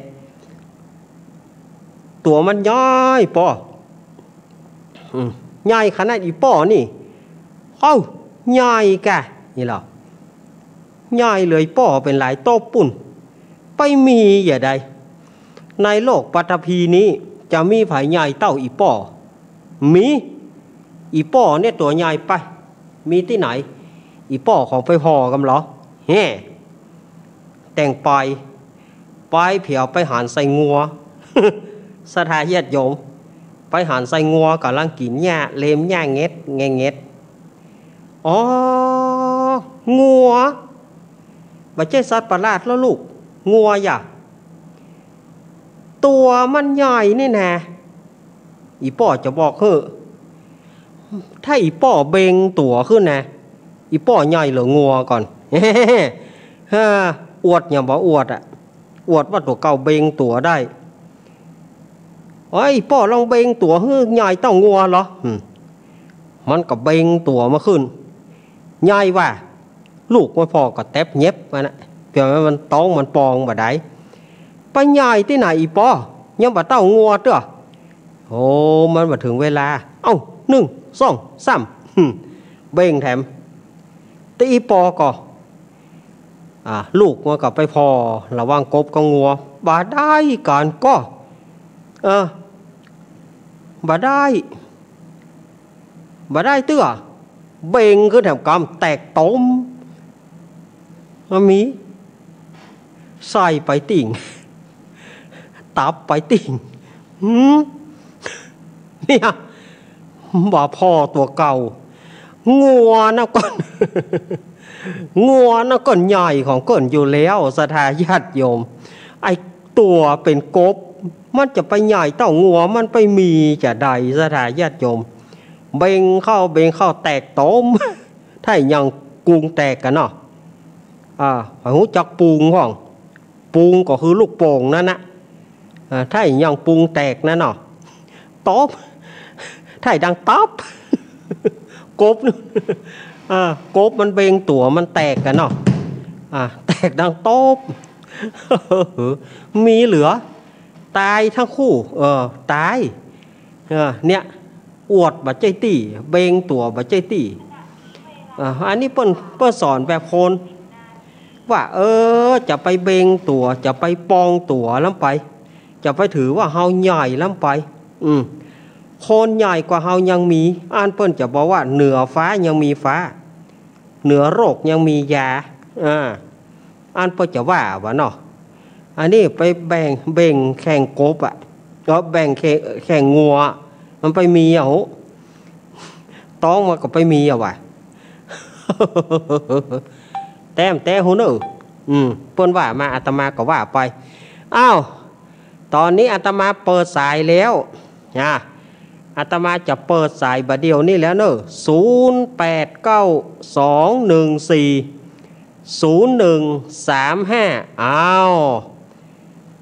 อาตมาเปิดสายแล้วนะ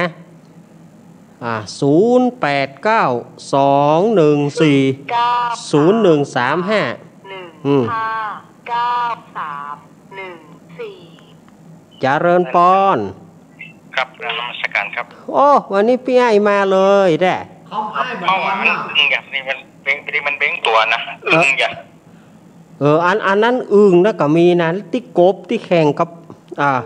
ที่เบ่งงานแข่งเฮือลูกมันพอเฮือพองัวก็มีเหมือนกันครับผมเพิ่มหมื่นเลยครับเลยเฮือหมื่นเนาะครับเฮือไผเฮือพี่สมัยครับก็เฮือพี่สมัยก็บอกก็ว่าเฮือพี่สมัยกันเนาะพระผมเฮือหมื่นก็จะไปหูใหญ่เฮาก็นึกว่าของเฮาผมเฮือพี่สมัยหมื่นครับอีกาให้มาถึงจะถูกเนาะเยอะเนาะเล่นพี่ไอ้เนอะว่าเล่นกับเอาหมวนเนอะเขาไอ้เนอะครับผมครับสวัสดีครับเขาให้มาตอนสวัสดีครับครับผมครับเอาวางสายเฮือจิมเนอะสุมาเตขอบคุณ0848494142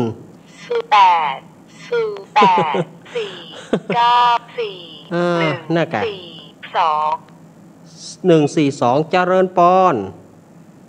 ไม่สาธุเน้นเจ้าแ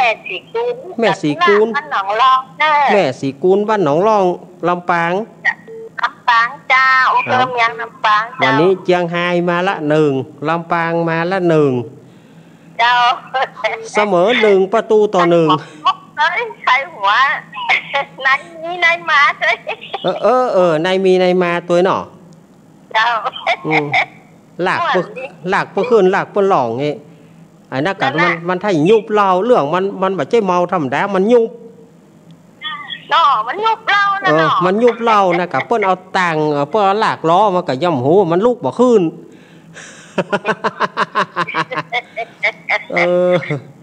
เอาแต่ขัดเบงอย่างงัวเนาะมันจะเบงอย่างงัวหรออีป้อแต่อีก็บาจ้าอีป้อน้อยอยู่เอาอีบ่ต้มใส่เหี่ยฟื้นเนาะใส่เหี่ยฟื้น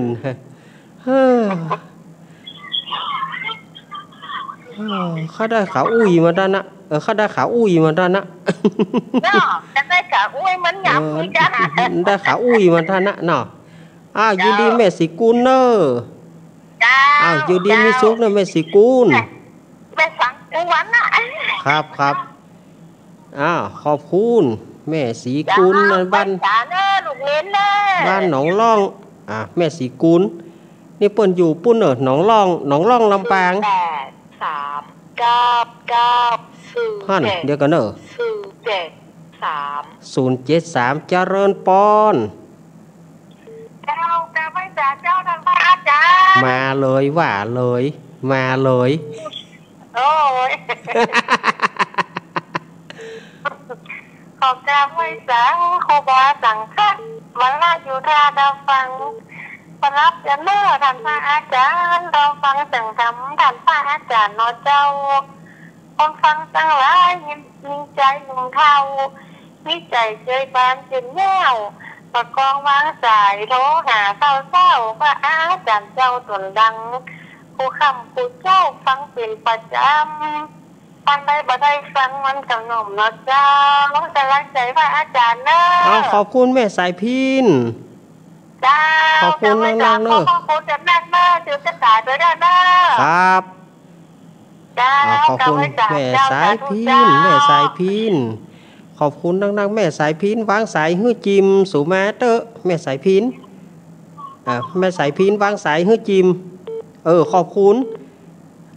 ขอบคุณโอ้ลำปางมาละ2ละเชียงไฮ้มา1เจริญปอนกินละเจริญพรมาสการแม่เรียบเนาะแม่เรียบตะกี้เนาะแม่เรียบเนาะตะกี้แม่นก็พ่อถึงครับพ่อถึงมีสี บ้านน้องแม่อันนี้สีอำเภอจูนอันนี้จูนพะเยาอันนี้อำเภอจูนจังหวัดพะเยาครับผมป่อบุญถึงป่อว่าจะได้หาป่อขอกำลังฮะสายไปเข้าไปพูดอย่างแหละ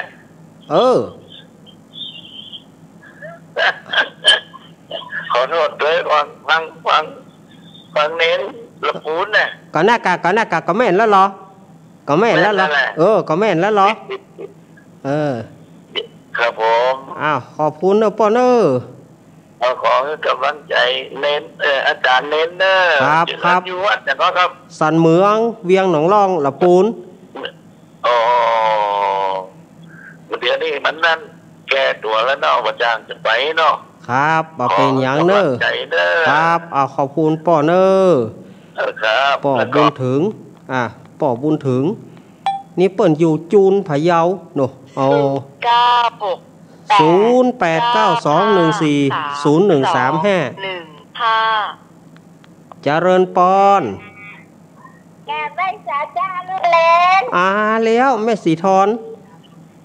เจ้ามันได้ยินเนอะถามมีวิทยุมันได้ยินเหลืองสติเลยอันนี้ซุ่มกะ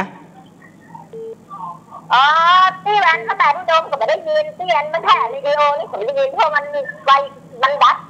ดับไปหมดเลยบ้านกดดับแล้วแม่สีทอนฟังอันตั้งเฟซตั้งไลน์นี่อย่างนี่แม่สีทอนพอตั้งเฟซตั้งไลน์เนาะครับตั้งไลน์เนี่ยขอบคุณแม่สีทอนนั่งนะอยู่ดีมีสุขเนอะอยู่ดีมีสุขเนอะที่สมัยก็ม่วนดีนะของลูกเรียนก็ม่วนแม่สีทอนจัดดีจัดที่สมัยมันก็พอกันน่ะไอ้มีกับไอ้น้อยกับเมาไอ้มากับเมาเหมือนกันหมดเนาะเจ้าพอกันนะเจ้าพอกันเนาะครับสมัยลูกเรียนครับขอบคุณเจตัวขอบคุณเจ้าแบบสาธุลูกเรียนแม่สีทอนเปรมจิตนี่ก็หนองบัวชัยปราการ12894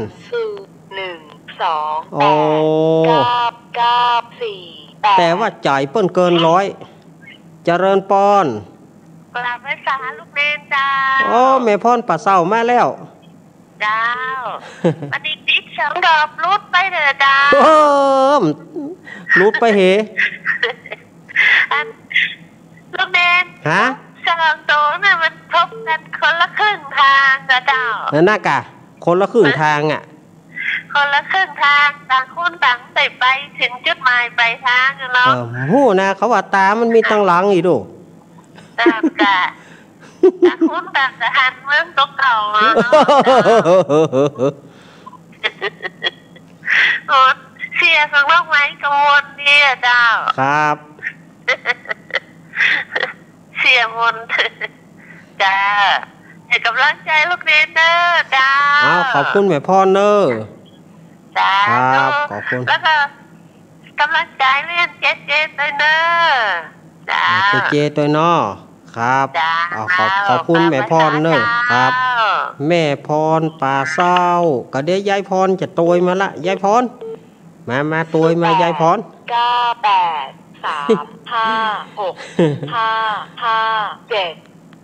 57เจริญปอน สวัสดีเจ้า ว่าจะได้จากที่ไหนแม่โทรจากไหนรายงานตัว โทรจากที่ไหนเสียดายเวลาโทรมาใหม่เนอะ089-214-0135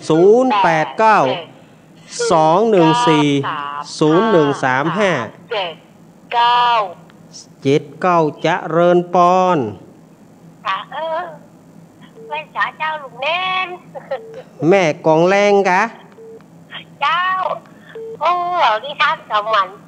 อันพิษจะไม่กำวันเนาะได้ฟังกันคือนอนรับอ่ะเดี๋ยวนี้ ได้ฟังกันใจดีอ่ะ ได้ฟังกับใจดีบ่ เจ้า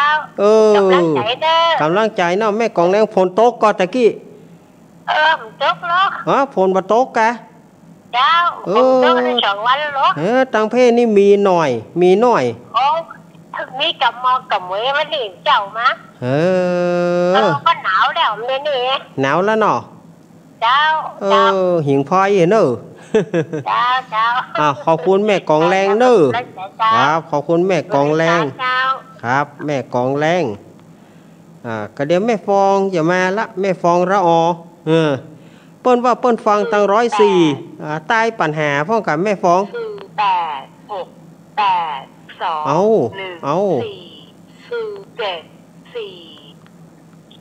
ตาย74ของไผ่หุ่นเนอร์เจริญปอนครับแม่อารีเนอร์แม่อารีต้นเปาเจ้าแม่อารีต้นเปาว่าจะได้แม่อารีตลอดนะแต่บ่ค่อยได้โทรหาโทรหาเสือครับอันนี้ก็ลองดูติดได้เลยได้กะได้กะวะเจ้าพวกเราไม่เจ้ามาได้หรอกแม่เนาะโชคดีเลยโชคดีครับเจ้าต้นเปาสันกำแพงสาธุเจ้าครับขอบคุณแม่อารีครับเสาร์อาทิตย์หน้าเติมคะแนนแถมเนอะเสาร์อาทิตย์หน้าเติมคะแนนแถมแม่อารีต้นเปานี่นะวิ่งแซงครับพี่ซองเจริญปอนเจ้ากับไหว้สาเจ้าจากตังใดแม่จงดีฝังแม่จงดีเชื้อกันทาเจ้าขอบคุณที่จับอันมีแม่สาสีอินแม่ค่าคนปากกระดาษมัธยมแม่นี่100 บาทดูไลดวงคำแม่ค่าฝากเขาที่100 บาทครับถ้าจะได้ท่านแต่บอกเลขบัญชีให้แม่ได้ก่อนช่วงนี้เดี๋ยวเอาไว้วันพุธเมื่อเจ้าแม่โทรมาเหมือนกันเนาะวันพุธเมื่อเจ้าครับโทรตอนที่มาจัดรายการที่นอกครับพุธเมื่อเจ้าแม่โทรมาเหมือนกันเนาะครับประมาณสัก9 โมง 10 โมงคุณเนอเจ้าครับขอบคุณนั้นแม่จงดีเนอแม่จงดีฟังขึ้นยังแม่จงดีฟังขึ้นยังจากอันนี้แกจะฟังจากมือถือจ้ะฟังจากมือถือเนาะสถานีมันดับไปอะค่ะคนนั้นเลยค่ะครับฝากความกึศเติงหาป้อหมอด้วยเนอ ขอบคุณเจ้า ฝากความคิดถึงหาป้าหมอ แล้ววัน ตัว ที่11นี่ก็จะขึ้นไปพุ่มอยู่กับม่อนสีดอกเมืองให้เจ้า อ๋อ11นะนะเดี๋ยวเขาไปปากันปุ้นเนาะ 11ไม่เขาก็จะขึ้นไปบนนั้นบนต่างเขา เขาก็ไปปากันปุ้นเนาะไปจุมกับปุ้นนะ เจ้า ครับ เอาถวายที่ปุ๊บบอก อ่านก็ได้ซ้ำง่าย แล้วแม่ตีอันโทรหาอันลูกเมย์นี่ก็ควรยืมแม่จ๋าสีอินเนาะที่เคยมาฝากไว้กับแม่เคยได้หูเนาะ แม่สา แม่สาสีอินแม่อุไร ดวงคำแม่คะเนี่ยคุณฝากไว้ฉันละ100 บาท ครับแม่ค่าอำเภอฝางเป็นจำนวนปัจจัย200 บาทเนาะ เจ้า ขอบคุณแม่จงดีเนอะ เจ้ากราบไหว้สาเจ้า ครับ แม่จงดีเชื้อกันทาอำเภอฝางโอ้ป้าน้อยบุญป่อนรับแล้วกับป้าน้อยถ้าบ่รับโทรมาเพื่อนป้าน้อยนะบ่ได้ยินเสียงพ่อบุญศรียานนะก็เงียบหายไปเนอะ66เจริญปอน แม่สาเจ้าลูกแม่น จากตังใด จากลำปาง แม่น้อยอุตุดีบ้านไห่แม่น้อยครับโอ้แม่ฟังจะเอาฟังเน้นสืบจะตาไว้ตลอดเลยเนอะสาธุอนุโมทนาแม่น้อยเนอะเจ้าน้ำมนต์กันได้แล้วเนอะลูกเน้นเนอะน้ำมนต์ได้แล้วเจ้าไว้ตลอดสาธุอาคารน่ะเด้อสาธุแม่น้อยเนอะยินดีแม่น้อยเนอะเจ้าไว้สาเจ้าแม่น้อยอุตุดีแม่น้อยอุตุดีมาละแม่น้อยสุขสบายบ่มาเตื้อ88เจริญปอนไว้สาเจ้าแม่รุ่งแจ้งแสงทองฟังธรรมะมาคืนนี้มันดีเนาะม่วนดีบ่ยังเจี๊ยกับมันเนาะเจี๊ยกับม่วนกะฟังเจี๊ยพี่สมัยกับมันเนาะพี่สมัยกับม่วนมีกะบัดเดี๋ยวนี้ญาติโยมก็ติดตามฟังกันไปเรื่อยๆเนาะมีกะลง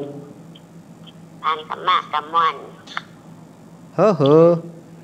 กำลังใจนะเจ้ากำลังใจเนาะแม่แสงทองเจ้ากำลังใจนะเจ้าครับหนาวแล้วรักษาสุขภาพเนอะเจ้ามาหนาวเตี้ยห้อนทุกห้อนมาหนาวครับขอบคุณเนอะแม่แสงทองเจ้าแม่รุ่งแจ้งแสงทองอันนี้บ้านปางดอกคำใต้พะเยาหั่นโอ้เจริญปอนครับเรานมัสการป้อน้อยโพนครับผมโอ้เทวบุตรน้อยเทวดานักได้ครับเทวดานักเทวบุตรน้อยเทวบุตรมีนักนะบ่มีนักนี่เทวดานักเทวดามากันทุบเทวดาเขาซื้อว่าจำโอ้มานักนะโอ้เสียงรางวัลชัดดีฟังเข้าใจดีครับขอบคุณป้าน้อยนักนะครับเป็นกำลังใจเนอะป้าน้อยเนอะครับเป็นกำลังใจด้านเน้นเนอะป้าน้อยแปลงพาติบก็แปลงพางพาติดก็แปลงก็แปลงเนาะวันนี้ผมได้ครับวันนี้ผมได้ครับกะวันนี้ผมได้มาได้เต้อเนาะครับขอบคุณป้าน้อยเนอะครับป้าน้อยผลนี่ก็ลำปางลำปางนี่นักเหลือเปิดมดประเด็นนี่หั่นเจริญปอนอันนี้จากไหนป้าหลวงวินเนาะมาละอันเทวบุตรเริ่มแซงขึ้นมาละเทวบุตรเริ่มมาละฮะไผ่เมากันแน่นะไผ่เมากันก็บ่หัวเนอะอันที่2 คนนั่นนะ โคนหลักก็ถ้าอย่าเมา เขาถามกันแล้วเนาะ คนน่ะก็นอนในล้อยุบมันก็เปลี่ยนกันคนหนึ่งยุบคนหนึ่งเมาเอาปลามาก็ถ้าอยากขึ้นตึงกู้ยุบตึงกู้มาตื่นมาโอ้ชิงนอนครับ แกเจ้าของเลย ครับชิงนอนไหนก็หานอนในล้อนี่ล้ออ่ะเฮ้ยก็ในล้อโทนั่นน่ะมันแบบใจใหญ่แล้วมันยังนอนได้ฮะ เกือบเป็นนอนใหญ่เลยนะ ล้อโทนั่นมันมีแว่นเดียวอ่ะ ส่วนเดียวเนี่ยเนาะ มันมีแว่นเดียวมันจะไปนอนนายท่านได้ใดก็มหูแต่เข็ดกันฮอยินดีพ่อหลวงวินเนอร์ ครับกำลังใจเด้อ ครับขอบคุณพ่อหลวงวิน ครับไว้จ้าครับ สารขี้เล็กเวียงป่าเป้าอ้าวมาแถม0892140135มาเลยเหลือเวลาวันนี้เวลาอาตมาปัดเลอะวันนี้วันนี้เวลาอาตมาปัดเลอะปัดเต๋อเจกินกาแฟเฮ้ยเจ๊กะ มีก่อการกันละกะ0892140135การกันละกะเจริญปอนราชการเจ้าภูเก็ตเจ้าปางโมกหลวงตานมัสการหลวงตาครับใช่แล้วครับผมนมัสการหลวงตาครับผมมันเด็ดเพราะมันซ้อนสายได้เนาะฮะอันนี้มันซ้อนสายได้ครับ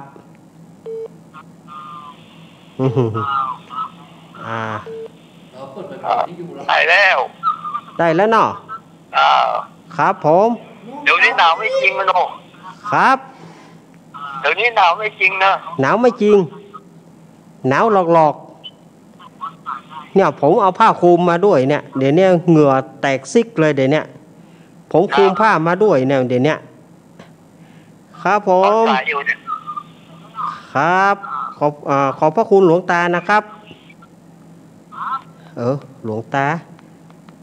เพื่อนสอนเช้าค่ำสอนย้ำให้ทำแต่กรรมดีหลวงตากลิดปางโมอำเภอเจียงดาวเนอะเจริญปอนจากตังดอยจากแม่คำน้อยนะคะไรต้าเจ้าแม่คำน้อยไรต้าไรต้านี่อยู่ที่ไหนครับแม่ไรต้าอยู่ลีเจ้าลีกะของอันสถานีของพระครูเสน่ห์เนาะนั่นแล้วชุมชนคนเมืองลีบัดได้ถึงเปิ่นซักกรรมสมมาพระครูเนอะสมมาพระครูเสน่ห์ตัวเนอะบัดได้ถึงเปิ่นซักเตื่อหอวันนี้แ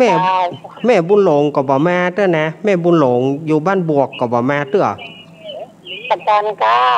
ก็ได้มาเนอะแม่บุญหลงเนอะแม่คำน้อยให้กำลังใจเนาะจ้าเป็นกำลังใจขอบคุณเนอะแม่คำน้อยเนอะขอบคุณเนอะแม่คำน้อยมาตั้งได้จะมาตั้งได้ฟังได้มาเลยชุมชนคนเมืองลีเปิ่นฟังได้อยู่แม่บุญหลงมาเนอะเจริญปอนไปแฉเจ้ามานี่ละเหรอมานี่ละเหรอเอาเด็กมา3 เตี้ยปี3 เตี้ย3 เตี้ยคำนี้ได้แล้วบอก็เจ็บปวดว่ะอีกไปเดียวแม่บุญหลงหนาวก็บ่หนาวเจ้าบ่หนาวเนาะบ่ม่วนเนี่ยเนาะมันบ่หนาวก็ตะกี้ฝนตกมันสีหนาวน้องที่เชียงใหม่ก็ม่วนแต่เด้อน้องข้าหัวคนเดียวเนาะ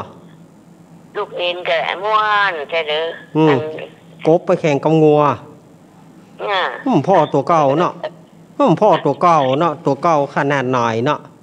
เจ้า เบ่งตัวขึ้นเบ่งตัวเข้าแตกโตม ตัวหัวเก่ากันเนาะ กลัวว่าเต้าเปิ้นนะกะพ่อตัวเก่าอ่ะ แตกโตม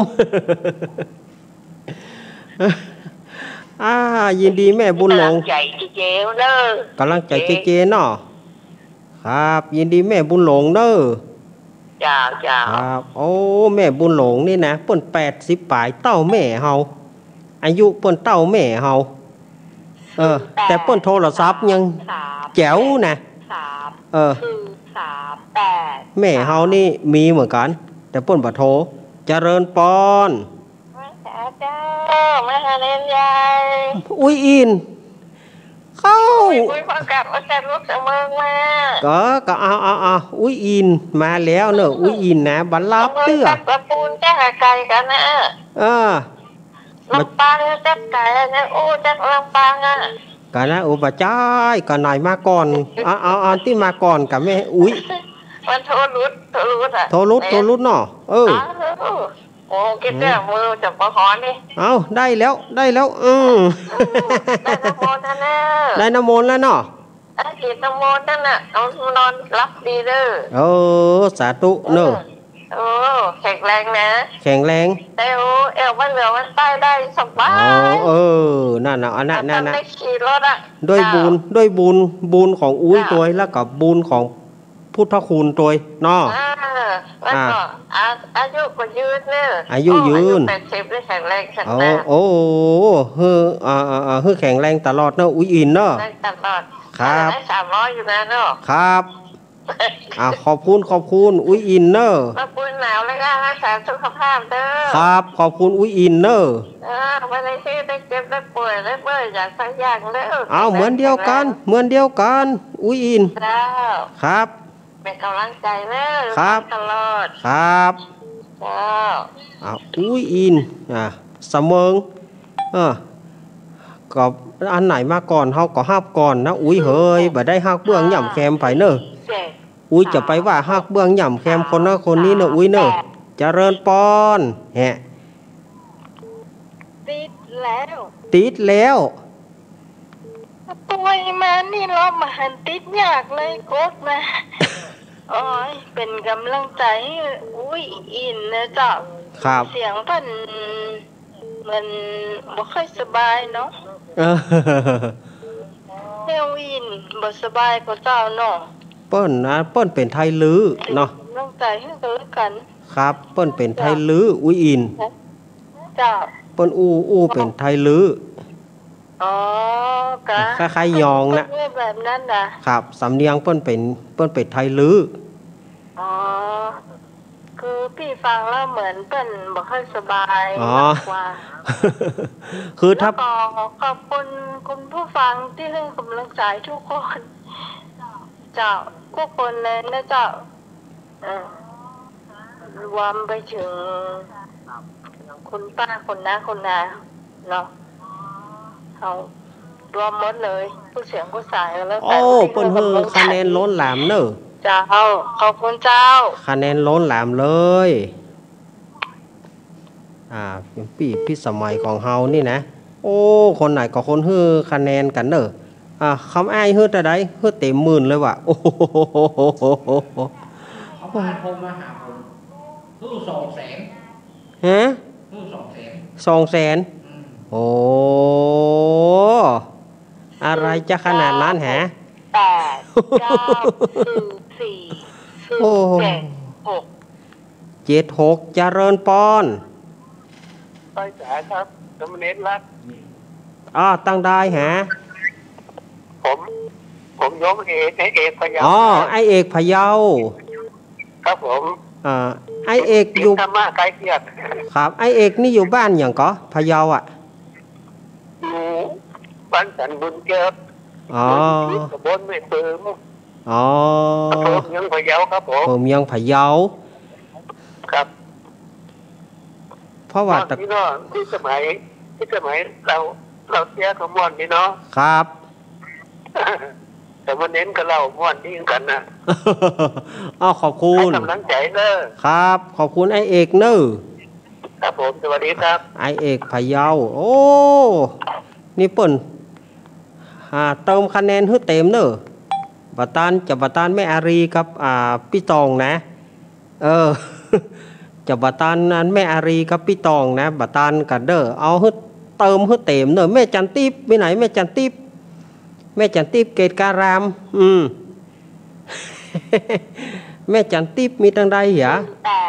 แม่จันทิพย์มาพ่อง2 5 อันนี้มาจากไหนอุ้ยอวนนี่อย่างไหนแกไม่อย่างฮะไปออกที่ไหนก็นี่ก็ออกเนี่ยตังฝางตัง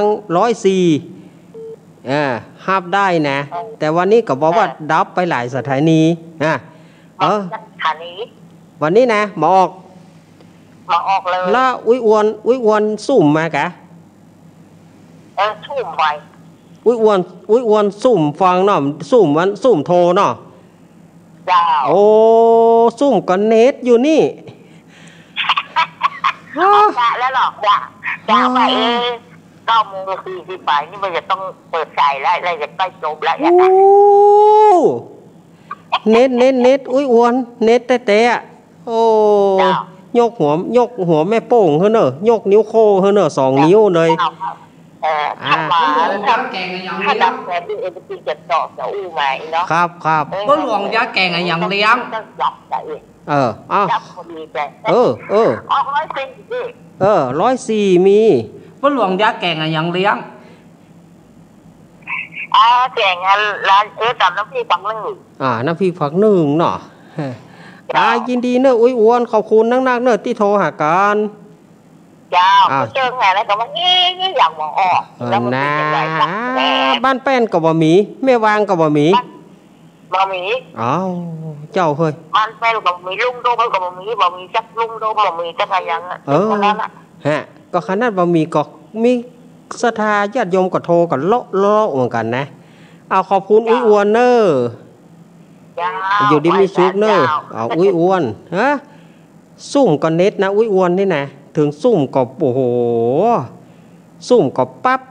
ติดอยู่อุ้ยอ้วน9836557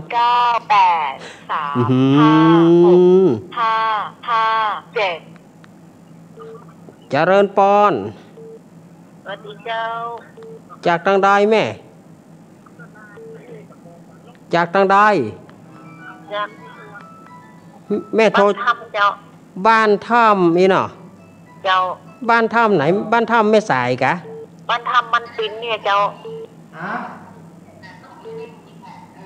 ไม่เพลงได้ยินกะ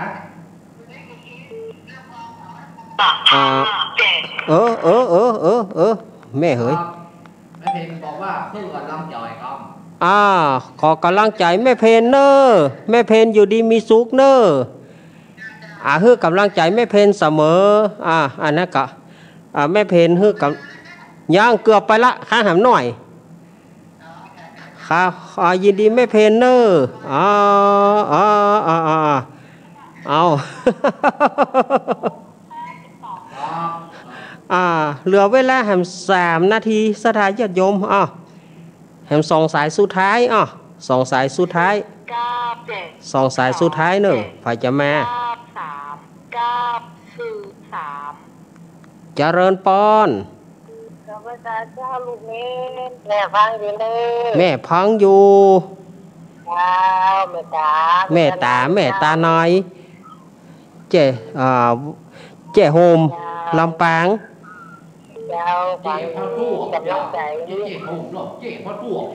กำลังใจเนาะแม่ตาเนาะ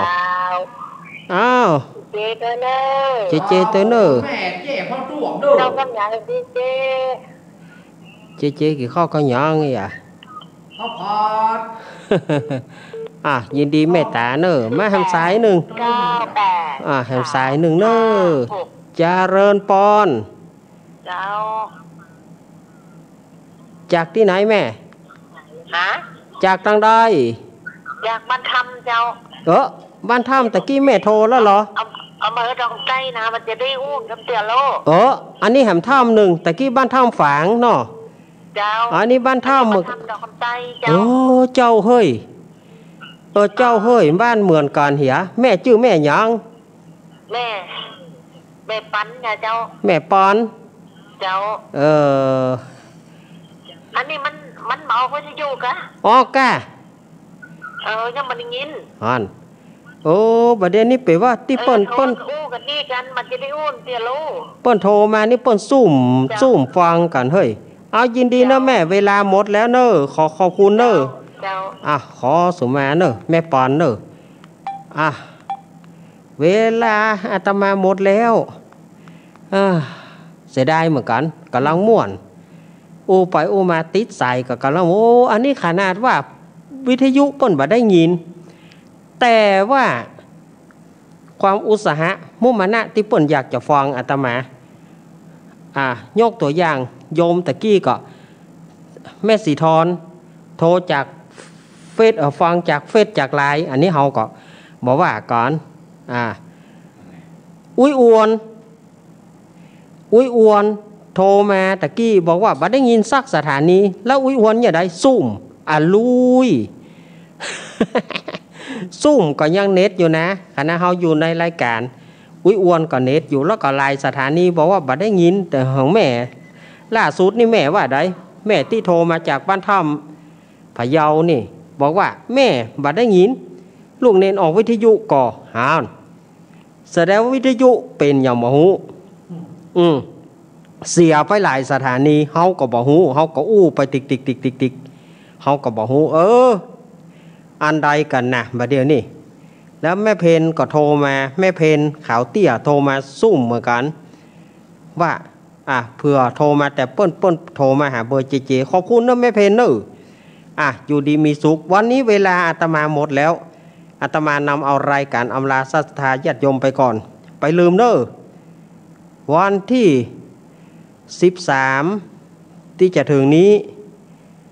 วันที่13นี่ก็งานกฐินสามัคคีของวัดปากทางเจริญของเฮาที่ตั้งห้องส่งนี่นะเปิ้นก็จะมีงานกฐินสามัคคีแล้วก็ของวัดอาตมากับวันที่19เนอะวัดท่านอาจารย์สมหวังวันที่14เป็นจุลกฐินวัดของอาจารย์สมหวังวันติดของ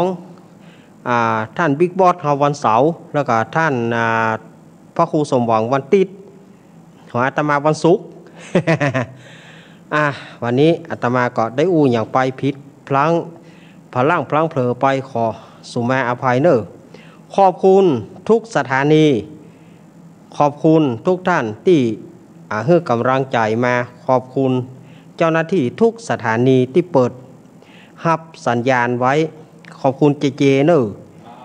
แล้วก็ขอบคุณศรัทธาญาติโยมที่เปิดเครื่องรับฟังอยู่อังการหน้าก่อล่างว่าดีกันทุกสถานีเนาะอังการหน้าถ้าอย่าใดก็ก้อยมาไส้กันไปเนาะอังการนี้มันผิดพลาดไปมันขัดข้องทางเทคนิคขอสุมาอภัยเนอะศรัทธาญาติโยมอยู่ดีมีสุขอยู่ดีกินหวานตานต้อมเนอะอายุวโนสุขังพลัง